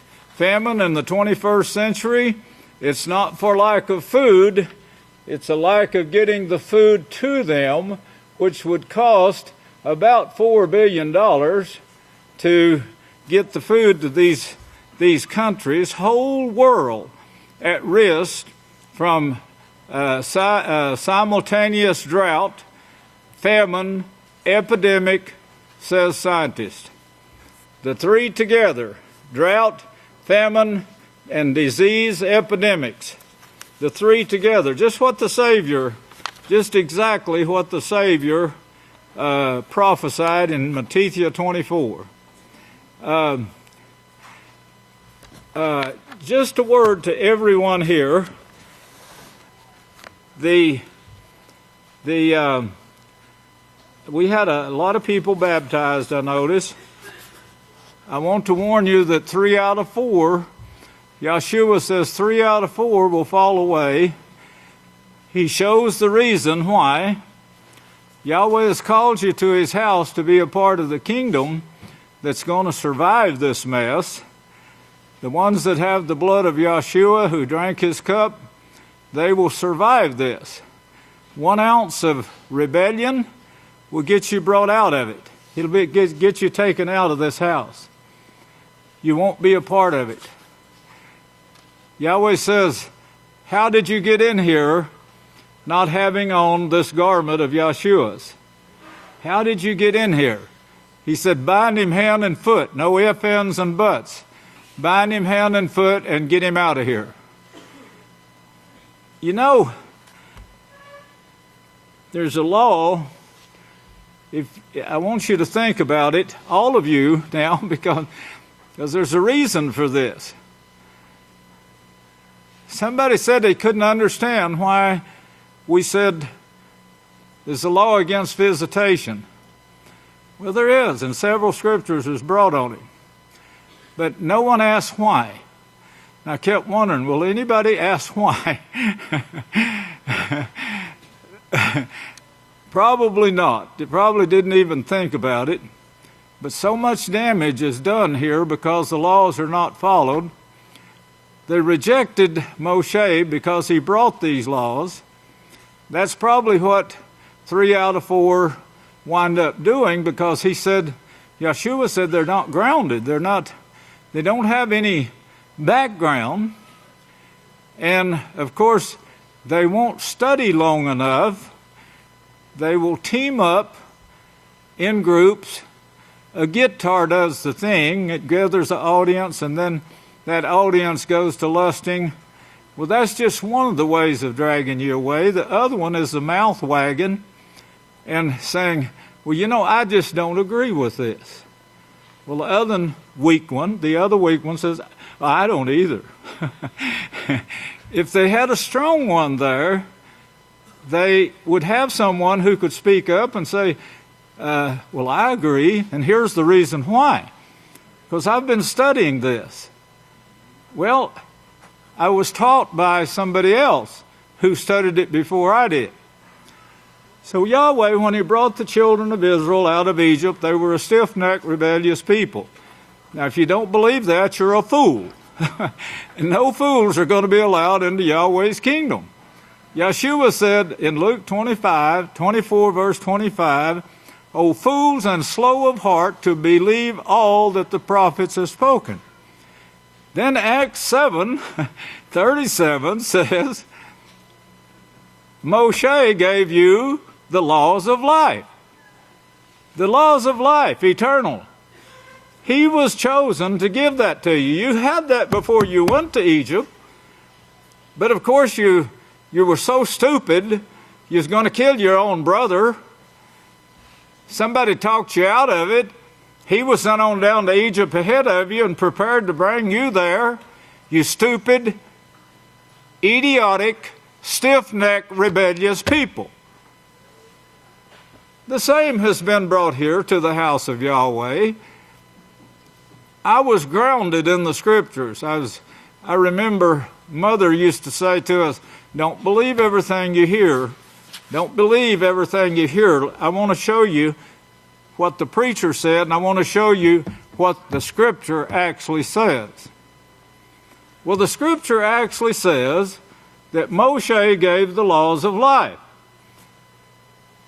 In those laws, he said, put captains over tens. Why? Oh, I don't believe that. Why should I have a captain over me? Who made you a ruler anyway? Well, the scripture says, the written scriptures, written, inspired to be written by Yahweh, and you're a fool if you don't believe all of it. Praise Yahweh. I'm glad I heard that clap. Captains over tens. As they trained, these captains over tens, they were probably the most stiff-necked of all, according to what we read in history. Most of them went back to Egypt. Some of them advanced to the captains that was over 50s, the captains over 100s. Because they humbly submitted themselves to the captain over 10. He says, yes, they're qualified now to move on up. And they would take that one out and put another one in his place for close supervision. Now, many didn't like that. And Yahweh said in their hearts they turned back to Egypt. When these people turned against Moshe and the earth opened its mouth to swallow them up, Yahweh didn't do that. The earth itself, they were cursed from the earth.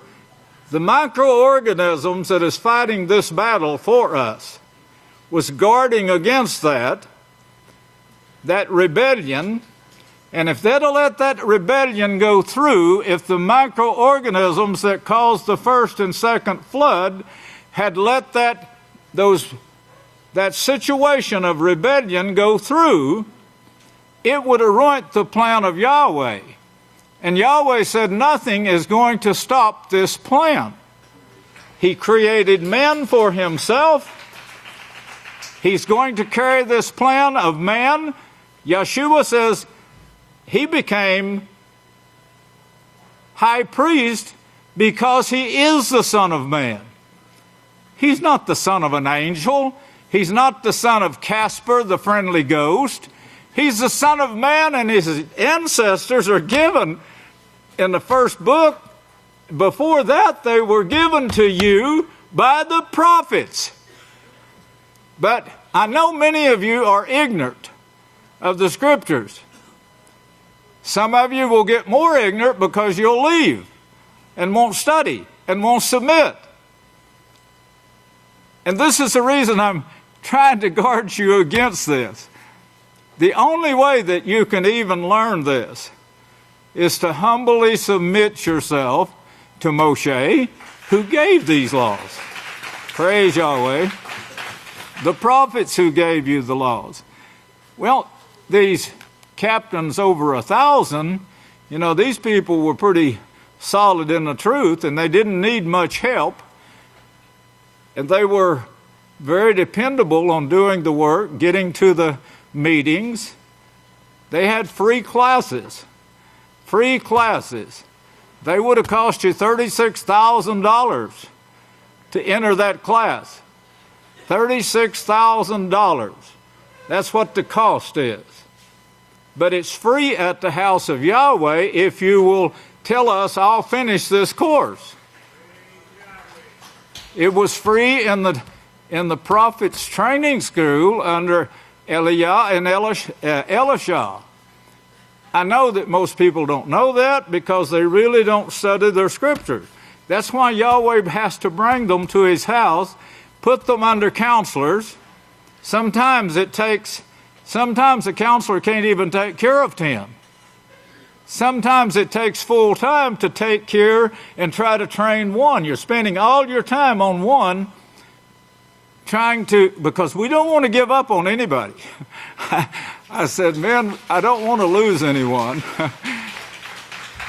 And of course, the only way that we can lose them is if they leave. As long as they stay and study, and let us talk to them and get a little here and a little there to where they'll understand this is the only way Yahweh will allow it. In the kingdom, try to imagine this perfect kingdom without unity. Even as stupid as the Vatican, as Jada and his group are at this time, how do I know they're stupid? Surely we would all know that. Yahweh himself tells us that. Because they rejected the knowledge of Yahweh, the wisdom. This great knowledge and wisdom that Yahweh offered you right here, right now, they rejected it. Surely no one here will do that. How do you reject it? By having your own way.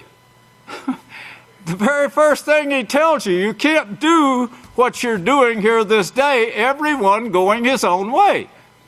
So put them under captains of 10s. This is the worst ones. Captains of 100s, they're a little bit better. Captains of 1,000s, they've made it to the top.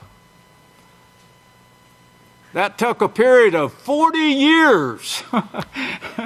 40 years of training. This little group here, I remember in Abilene when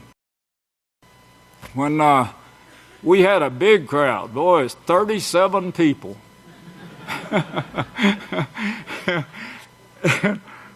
And one day, because I said, I will not allow anyone to dishonor Yahweh in his house anymore by coming in without a kippah and a talit. The women must wear headscarves, I said. This is the scriptures. Well, that left us with 13 people. And I brought a sermon showing that Yahweh said 3 out of 4 will fall away. And that's the way this tree has grown. As it's pruned, the tree becomes stronger, the people become stronger, and you couldn't pull them away. And you couldn't get them to disagree with me.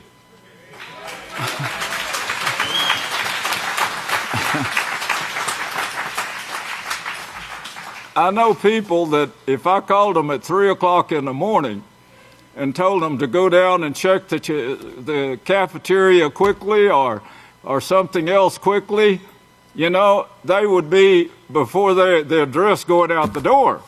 I mean, these people are rapidly obeying. And this is what it takes to get into the kingdom. The captains over tens that taught these people, they did bring some of them through, but these same people, they mounted up. There was about 3 million people that came out of Egypt, and they multiplied. How do I know there's 3 million? Because the people, the age group, it would take a lot of study to find this out if you do it on your own. But it doesn't give you the number of the people that came out. But it gives you the number of people that was eligible for war at a certain age. And if you just put your calculator in action and you start figuring how many people it took to bring that number of people forward for war at that age, it would have been more than 3 million people. So when they came out of Egypt, there was over 3 million people.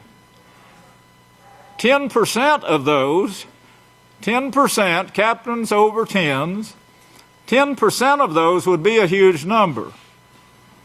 And of course, that's enough to do a lot of damage. If they frame up, like Korah did, and say, when Korah said, you know, make us some gods. You know, we want some gods to follow. Well, he didn't actually say that probably in words, but like Eve, Satan was there presenting this joyful God to look at and say, look, you could fight your own battles if you had a king. You could have an army. You could go out here and you could start taking tribute from all these nations, all these tribes around here. Just build yourself a big army. And of course, at that time, Yahweh was setting his plan in action to bring forth Yeshua Messiah. So, that could not be, and the earth just opened its mouth and swallowed them up. Not all of them. No, Yahweh left them plenty of root and branch there to work with. But it swallowed up enough so they would know that Yahweh was going to bring his plan through. And these microorganisms that opened that earth and swallowed up these people are working for Yahweh. And they are fine-tuned and set by law to bring about this plan. Nothing is going to stop this plan. Yahweh didn't have to bend a bow to shoot these people. He didn't have to bend a bow the night he said, put blood on your door so this will pass over you. What is passing over you? Microorganisms that would withdraw their power of breathing from you. Now we have the blood of Yeshua over us. You do right now. You're sitting here in the house of Yahweh. You have the blood of Yeshua. You have submitted to drinking his cup. Now, if you can just put it in action, in and out of this house, this habitation right here, if you can just put it in action and keep it in action in your life, then the microorganisms will not stop serving you. If they stop serving you, you're going to die. And that's the fact. And if you bring curses from the earth, you start cursing these microorganisms, diseases to develop in your body. And dying, you will die. And you do this with sin.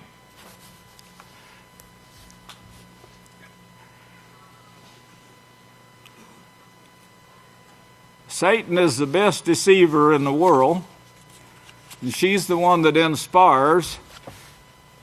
She inspired this agency that deceived Eve. You know, they had everything, and if you just think they were very healthy people and had life before them set by Yahweh and laws that would govern them and teach them the ways of eternal life, guide them in that direction. But this agency deceived them. Well, of course, this same agency is known by Cain. All the world went the way of Cain. Cain was a God worshiper. That's what Catholic means, God worshiping. When Yahweh sent the children of Israel down into Egypt, he sent them into a den of Coptic Catholics. The whole nation was given to Yosef. If you read the last chapter of Genesis, you'll see that almost the whole nation of Egypt followed him out, followed out to bury this man, take him back to Israel where he was buried, and then he came back with the whole bunch of Egypt again. They honored this man. He was high in honor. He married the queen. He was given the top woman in Egypt, an Egyptian princess, from the top king, from the top pharaoh. He had 2 men, 2 babies, 2 baby men, 2 baby boys, Ephraim and Manasseh. They were both staunch Catholics. Woe to the drunkards. Woe to these drunkards that bring forth these lies of idolatry. The deceiving. Well, that's just part of where your rebellion comes from. Some of these things you need to know about in the Scriptures and to have, in order to understand the Scriptures. In 2 Timothy it says, well, let's turn there and read it. 2 Timothy 2 Timothy 3. And remember the Savior, he's your judge, and he says you're a fool if you don't believe all that the prophets have spoken. You should beg for counselors over you. You know, if you can't get a counselor, you should beg for it. I would be on my hands and knees in the office begging Tana or Michael for counselors to counsel me right now if need be. In 2 Timothy 3 and verse 16, he says, all Scripture. Now, if you can't just follow that right there, because you don't even know what it is. And the Catholics have got the whole world to thinking this is the King James Version, where the names was removed. The Book of Yahweh, I was raised on the King James Version, and I could see this before that we got the Book of Yahweh in 1987. I could see things that was wrong in this King James Version, and I wanted it when I was 17 to write a commentary on the Bibles. Bible doesn't even mean anything but books. That's all it means, a combination of book. So that combination of books has come together, been brought together, and it's called the Book of Yahweh. It was called the Book of Yahweh from the beginning. And then here in Book 2, it is also called the Book of Yahweh. They were writing about this. And they knew that it was going to be put together because Yahweh said in Isaiah 34:16, I'm the shepherd of these. I'm the shepherd of these. And not one of these is going to fail. I will gather them, he said. Now, I brought that out for you before. I will gather them. That's why we have this in one book called the Book of Yahweh. That's why we have it today. That's why that salvation couldn't be brought back, could not be restored until this last book was written, last instruction, which when Yahshua said, I am. I am. Turn over to Isaiah. Hold your place here in Timothy. We'll come back to it. In Revelation 22. Revelations 22. And behold, I come quickly, and my reward is with me to give, that's verse 12, to give every man according as his work will be. I am the first and the last, the beginning and the end. Blessed are those that keep his, Yahweh's laws. For outside are dogs and whoremongers and murderers. I, Yahshua, verse 16, have sent my messenger to testify to you in the congregations of the house of Yahweh. I am the root of David. Well, if you don't know what's the prophets wrote about the root of David, this wouldn't ring a bell to you. You wouldn't know what it was, what it means. This should start showing you how ignorant you are about the Holy Scriptures. This is your salvation. And this is a man saying, I am so-and-so. I'm the root and the offspring of David. Here I'm telling my messenger.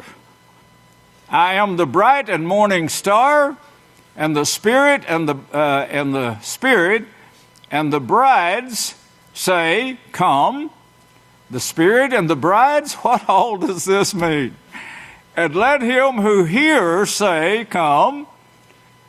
So this means, let him who hear, let you who are hearing say the same thing, come. Don't turn your back on the house of Yahweh or the laws of Yahweh. Tell them, come, be with me in unity. Let him who is thirsty come. Come where?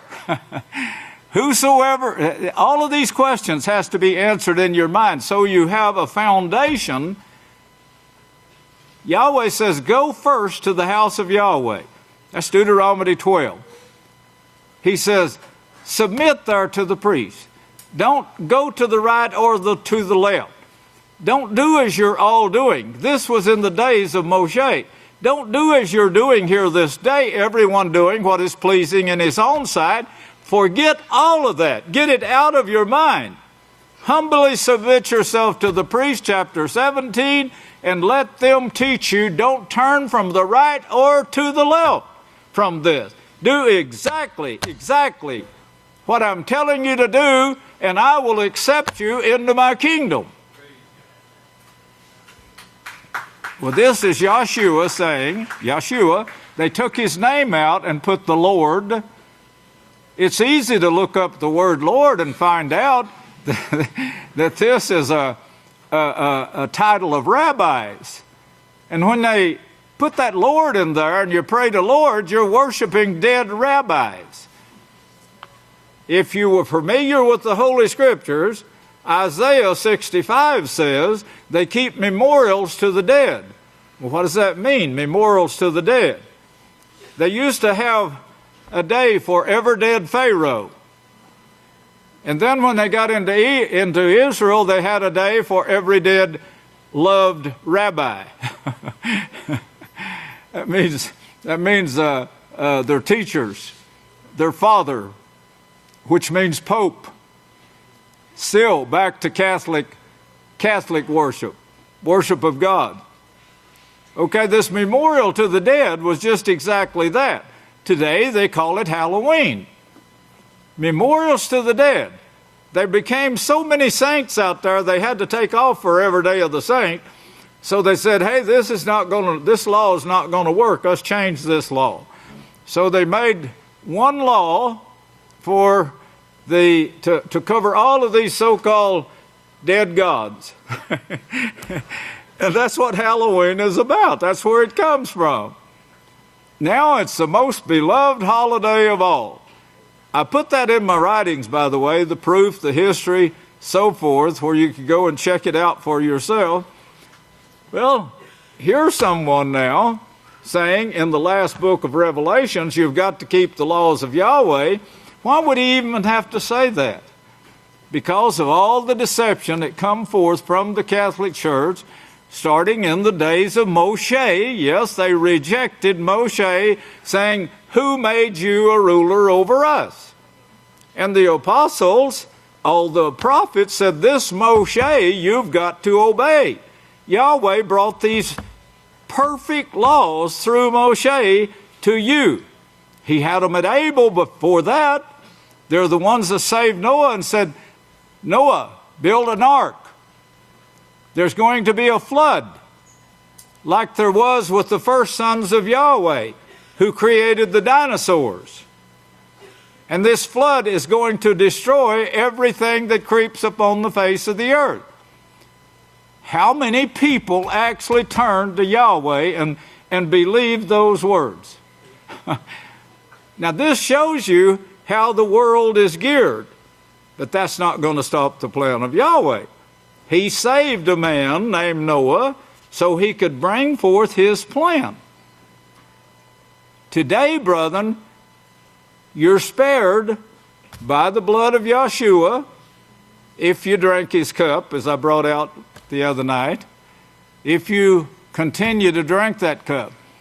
If you get with people who are negative, they will make you more negative. If you have negability, they'll make you more negative. What you need to do is get with your captain over 10, called a counselor. That's what Deuteronomy says. Your judges is set in office at that time. Pray for that. Get in touch with them.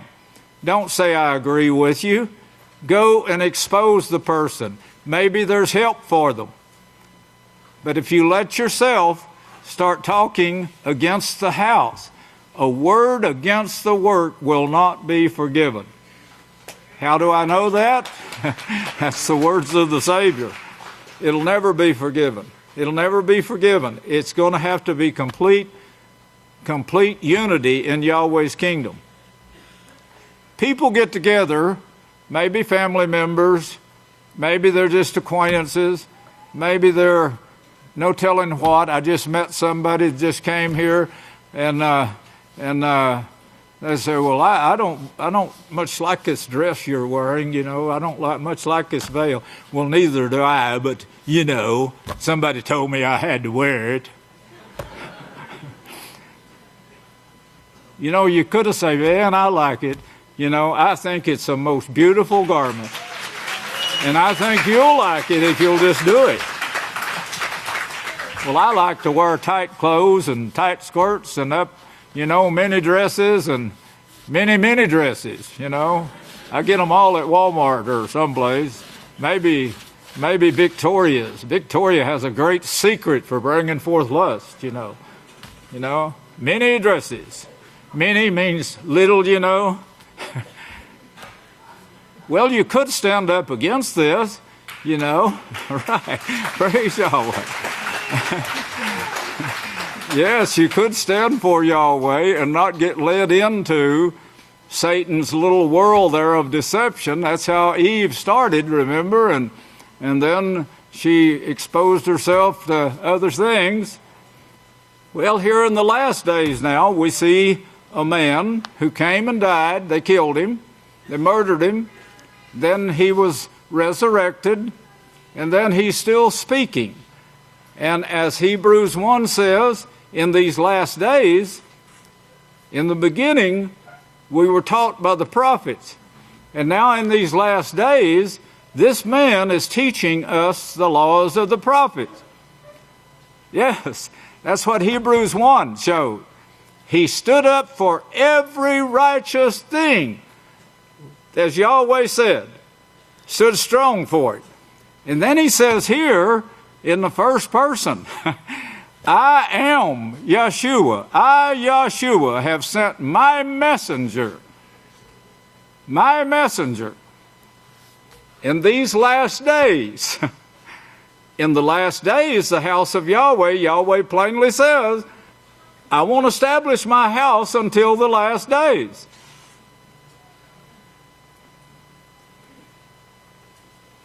That's what he says. That's what he showed. You're a fool if you don't believe it. Salvation was cut off in the days of Adam and Eve. Salvation.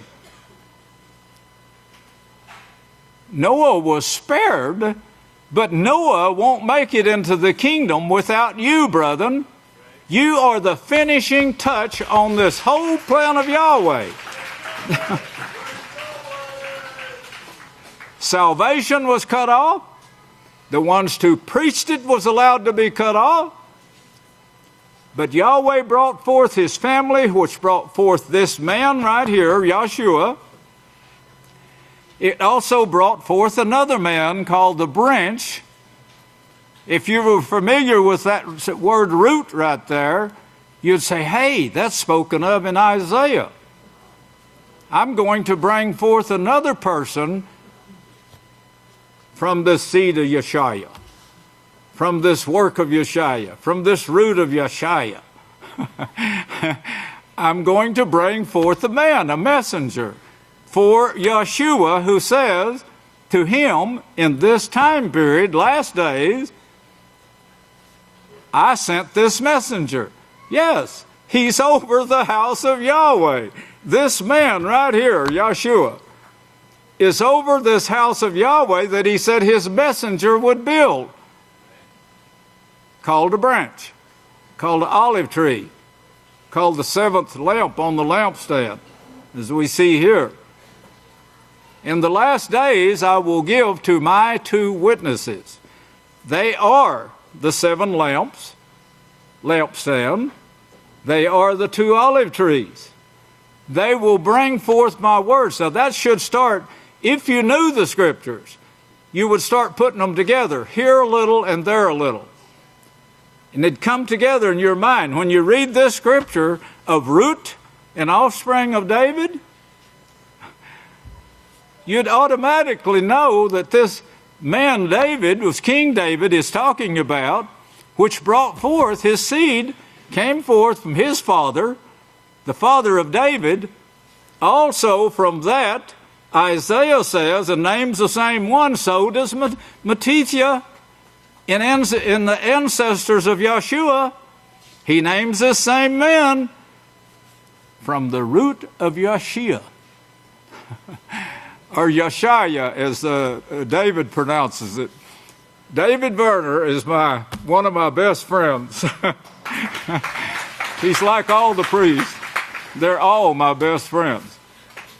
I hope to become best friends with all of you before this feast is over. I'm going to be bringing forth a lot of stuff that I haven't brought forth before.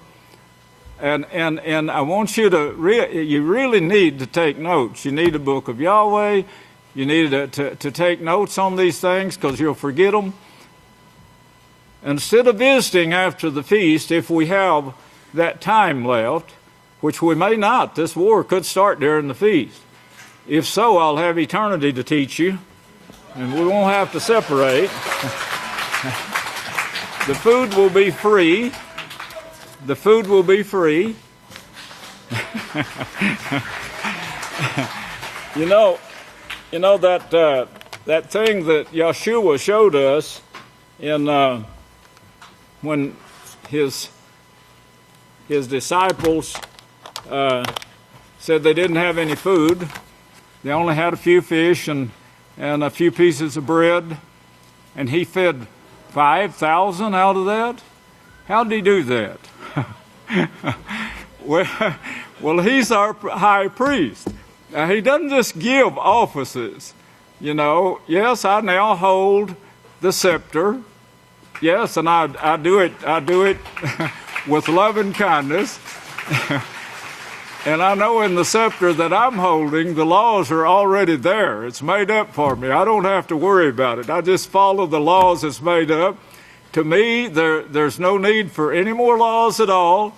They're all covered in those 613. That scepter, that righteous scepter. Yeshua inherited that righteous scepter because he lived a sinless life. And now he's given it to us.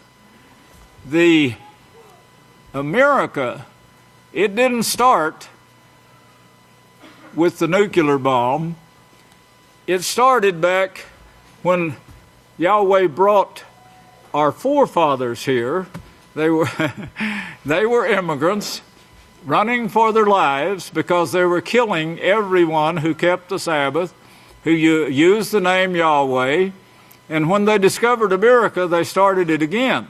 That is, when the Vatican, who owned the Queen, gave orders and says, declare discovery law here. Let's pass a discovery law so we can own all of this land. And no one else, unless they're a Catholic, will be able to do this. Well, that law is still standing in South America.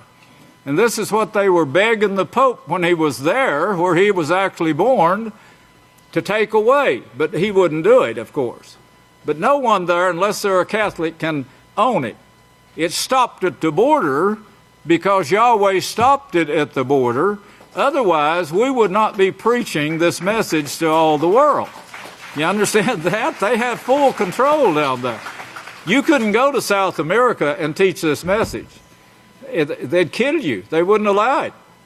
They try to do it here because this land is full of Catholics. The Christianity that's following the Catholics at this time, they're going to get one big surprise when they find out the plans are to wipe them out. Malachi Martin brought out in his book the keys of this blood. That's what we are, the keys of this blood. We are holding that staff right now. Yada's disqualified himself. But Malachi Martin brought out this fact in that book, the keys of this blood, and said that the Vatican hopes to come out on top and have only Catholics left. Only Catholics. That is not Christians. The Christians are Protestants. They protested against the Pope.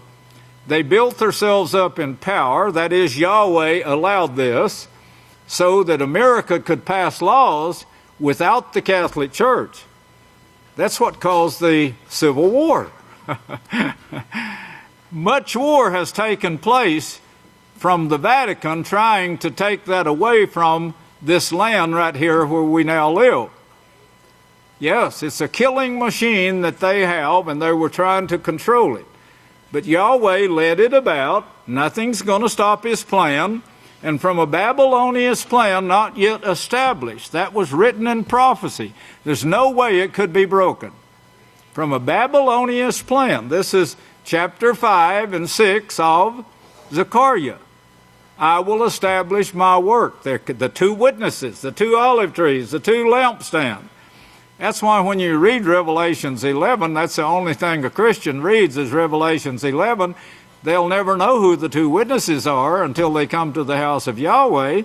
It's not even explained who they are. It just says these are the two lampstands. Well, what two lampstands? I got one here and here. I got a lamp in my living room and one in my kitchen. You know, well, that's as stupid as they get. And they can't come out of it. But they're going to be wiped out. But in doing this, Isaiah shows they're going to wipe themselves out. This Vatican, yes, the 10 kings, in fact, are going to turn on them. Their country is against what those 10 kings are doing right now. And yes, you saw the news this morning. You can see, no, they're not framing up to uphold this quartet or the Vatican. They're framing up to combat it.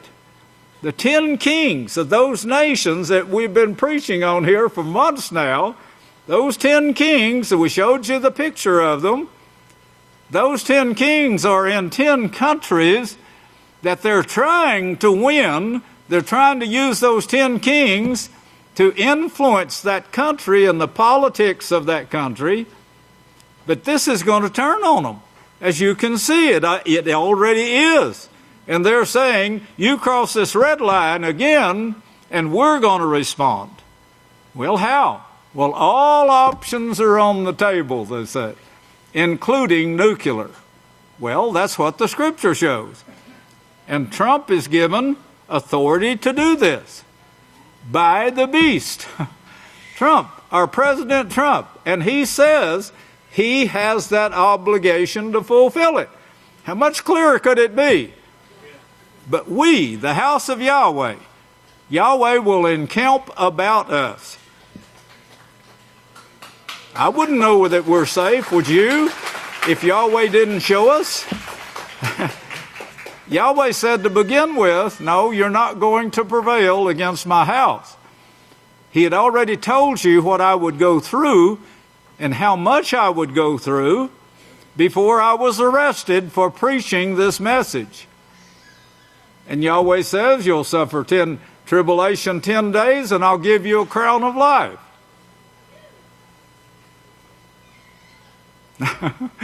What a beautiful prophecy that was to me.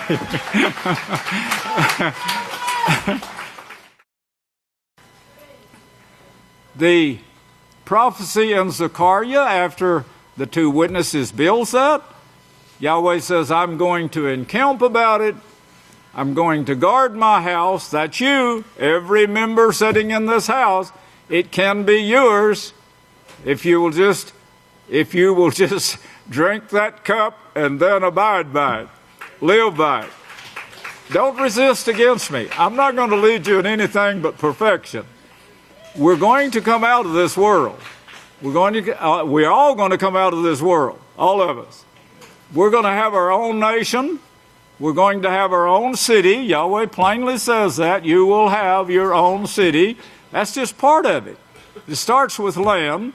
Then we have our own city and so forth. All of these things didn't start when I was born, but they build. I mean, it started when I was born. It started long before that. It started when my ancestors fled Europe and were spared from Hitler, who used chemical weapons. It's trying to say Hitler didn't use chemical weapons. I don't know what that gas was he used, but it seems like it's chemical to me. Is somebody asleep to what the history of Hitler? And Hitler said he was doing the bidding of the Catholic Church. The Catholic Church is the one that is responsible for using chemical weapons.